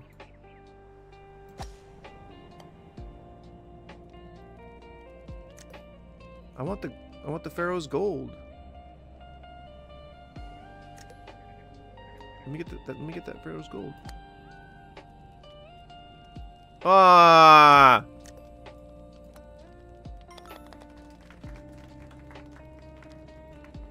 Don't screw with me, golf course. I don't really think parsley tastes like anything, but it does add a little. It would not taste like anything. And we always want our food to It would not. So whisk that together, and we're gonna bring that to. Don't use a whisk. Oh, for Solid fuck's bowling. sake. Listen, a watched pot Don't use a never bowls whisk. is a real thing. That's the promise you, dumbest I shit. put Don't it on fucking false use a because whisk. we boil it Why up would you like use a 4.5 hours. Whatever. Anyway, so to this bowling, now that it's come to a boil, which really was only 15 or so minutes, or not even that long, I don't know. Add in. This is about 4 chicken. You've got Y'all know I don't chicken like gelatin we don't like white meat. in a pot. It's good for you. We don't like it around here, apparently. You've So got chicken I gelatin found in a that out pot. about myself now that I'm doing this on TikTok. Chicken thighs, but you can use breast. You do you. Put that in there. I wouldn't just slop it in Or there, don't but add okay. chicken. You don't even Stop have to using a add whisk! chicken. If you don't want this to be a meal, if you want this to just be a side, don't What add is the chicken, point? Just do the noodles. 1 whole bag. This is 12 ounces. My grandson has already opened it. My whole bag, grandson. 12 ounces of egg. Now- You're gonna push that now down, make hold sure the it's all fuck up. covered. And this seems like Okay, now I may be... Push that down, make I may be a know-nothing Southern boy, but that to me looks like no-yolk pasta. Now, no yolk is no joke. Alright? I would always recommend that if you have a nice hearty meat dinner, that you always boil and prepare a little bit of some buttered noodles that are exactly no yolk's brand, and have some and let me know that they aren't the best fucking noodles you've ever had, egg noodles you've ever had in your entire life. They're so good. And just a little bit of butter. Woo! We're talking straight up delicious. Delicioso. This is 12 if you will. My grandson has already opened it. One whole bag, 12 My grandson. Bowl. Now, once it's back to a bowl, let it cook for about 5 minutes. Okay, you see how those it's been about 5 minutes. Those noodles have cooked down in there. So now you're gonna turn the heat off, put a top on it, take it off the heat, and let it sit for about 10 to 15 minutes, and we'll be ready to serve. Okay, it's been about I agree with all that. We're about to get us a bowl of this, but I'm gonna tell y'all. You see what I was saying? Like, it really doesn't take long. You don't have to do whatever that crockpot person was doing. Like, they were putting it all in a crockpot, and you're gonna, let it go for how long? 6 hours? Some shit like that? Why? Listen. It takes 30 seconds. We don't eat like this all the time. I haven't eaten anything yet today, so this would... Why are you making excuses? This isn't anything. This is chicken soup, but you've just... It's like you put chicken soup into a pot and then poured a bunch of chicken bouillon in it. There was no reason for that. And then you're just adding noodles to it. It's going to taste like too much salt. For those of y'all that say, how do you eat all that? It's going to hurt to eat. I'll eat a couple tablespoons of this. I'm not going to eat... That's what I'm saying! That's the whole point! Oh, that is just so good and so salty and savory and satisfying, but I can only have a couple of bites. That's because you loaded it with glutamic acid! Crazy. You just pack that shit with sodium, and you're like, whoa, I wonder why I can't eat anymore. And my feet are swollen. This is kind of hot. I'm touching it. It's kind of burning my hands. But anyway, I don't eat like this all day long. This would be just the first thing I've eaten today, honestly. And it's the only thing you eat in one day. So the only thing you eat in a day is a couple of tablespoons of sodium-laden chicken jelly with a side of noodles. Good example you're setting. Real good example. My God. We're doing things. We're not trying to eat all day. We don't eat breakfast, dinner, and lunch. So anyway, also, every single thing that I cook, you could change it to make it healthier if you want to. Like, you could use low sodium broth, and you could use fat-free chicken condensed soup, or... What the fuck are you talking about? No, you can't. That's not a thing. You can use low sodium whatever, but you're still packing it with concentrated distilled chicken essence. You could make the soup yourself, or don't add that. Add, heavy cream or whatever. You can make it more healthy if you want to. This ain't a healthy by adding heavy cream here, y'all. It's not. So y'all can get on to me if you want to, but just know that I'm gonna keep on doing what I'm doing over here. But I want y'all to know until you die. Search it out. Get on ChatGPT. Say, this is her recipe. Make this more healthy for me. He'll do it. Get on ChatGPT and ask it for changes to a recipe. Holy fuck. February 12th. I gotta sit with that one for a second. My God.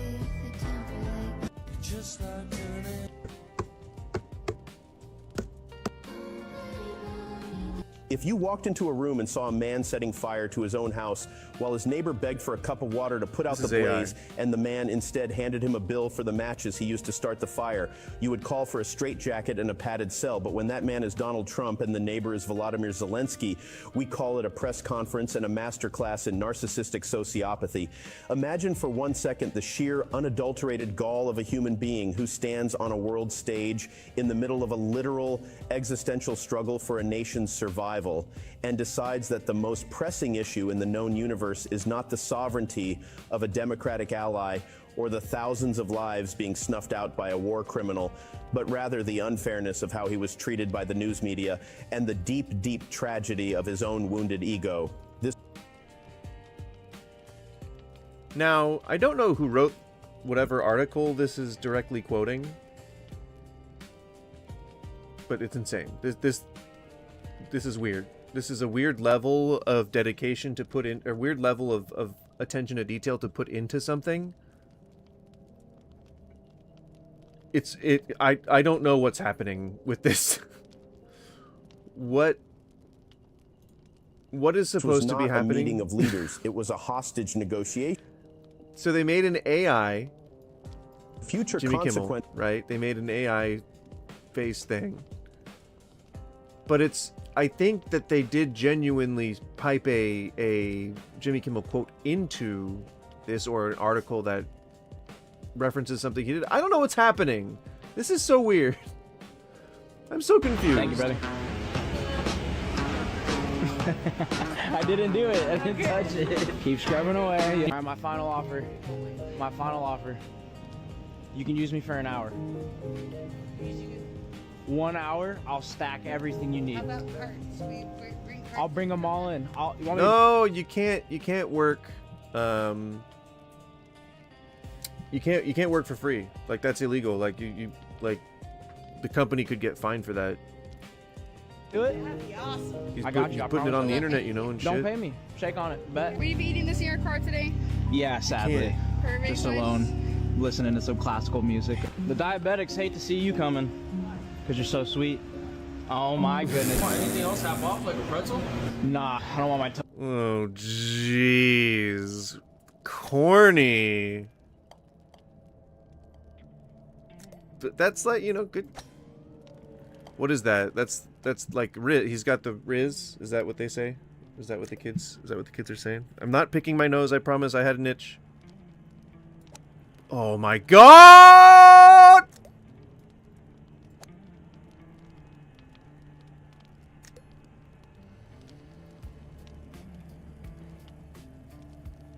I had the severe luck. Fuck off. Fuck you! Now, for other veteran players, I don't know why I said other. For veteran players of this game, does it frustrate you as much as it frustrates me when this fucking thing does a little ding ding to indicate that you've lost massively? Ding ding! It's such a happy little sound, is it not? Is it not a happy little sound on the toilet while it's robbing you of all the joy in your life? I like the slick back hair too. Wow. Oh shit, here we go. Oh, we go. Gentlemen, I got y'all some drinks because I appreciate your hard work. Yeah. I got Brisks, Arnold Palmer's. You want the Arnold? You guys take care, man. I don't want to get electrocuted. I'm gonna fuck off. Do you speak Mandarin? Oh shit, no you don't. Nice to meet you. Hey, who's got 2 thumbs and didn't get laid last night? I'm guessing you. Yes, sir. Thank you, buddy. I mean, he didn't say anything weird or offensive, so, you know, it's a step in the right direction, right? Oh, aw. Could that have gone in there? Would it have popped out somewhere? Where the fuck is the... Oh. Can I bank it off something and do like a sick trick?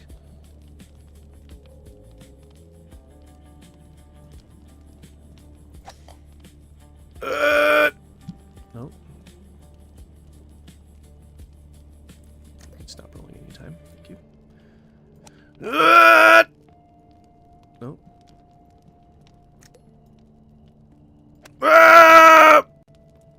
No, there's nothing in those, apparently. So I'm gonna stop trying. Bam, bam, bam, bam! Could have done that this whole goddamn time. Bing, bing!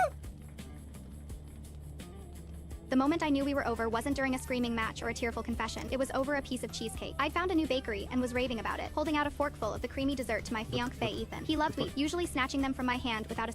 What the fuck? Got 2 long pants? Skip the tailor. I'm already riveted.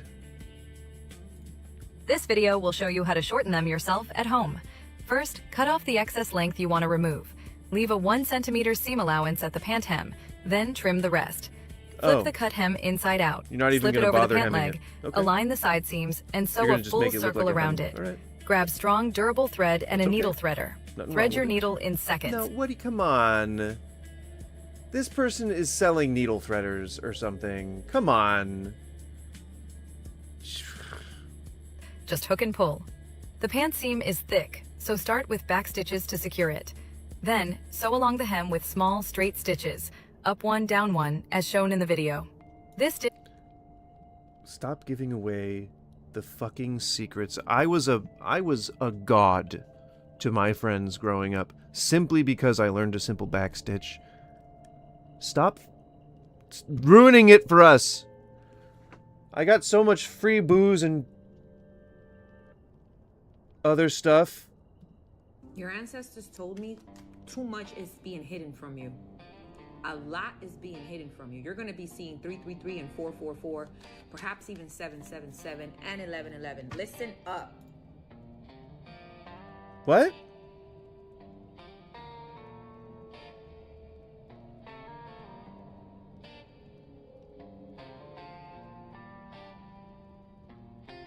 I'm sauce?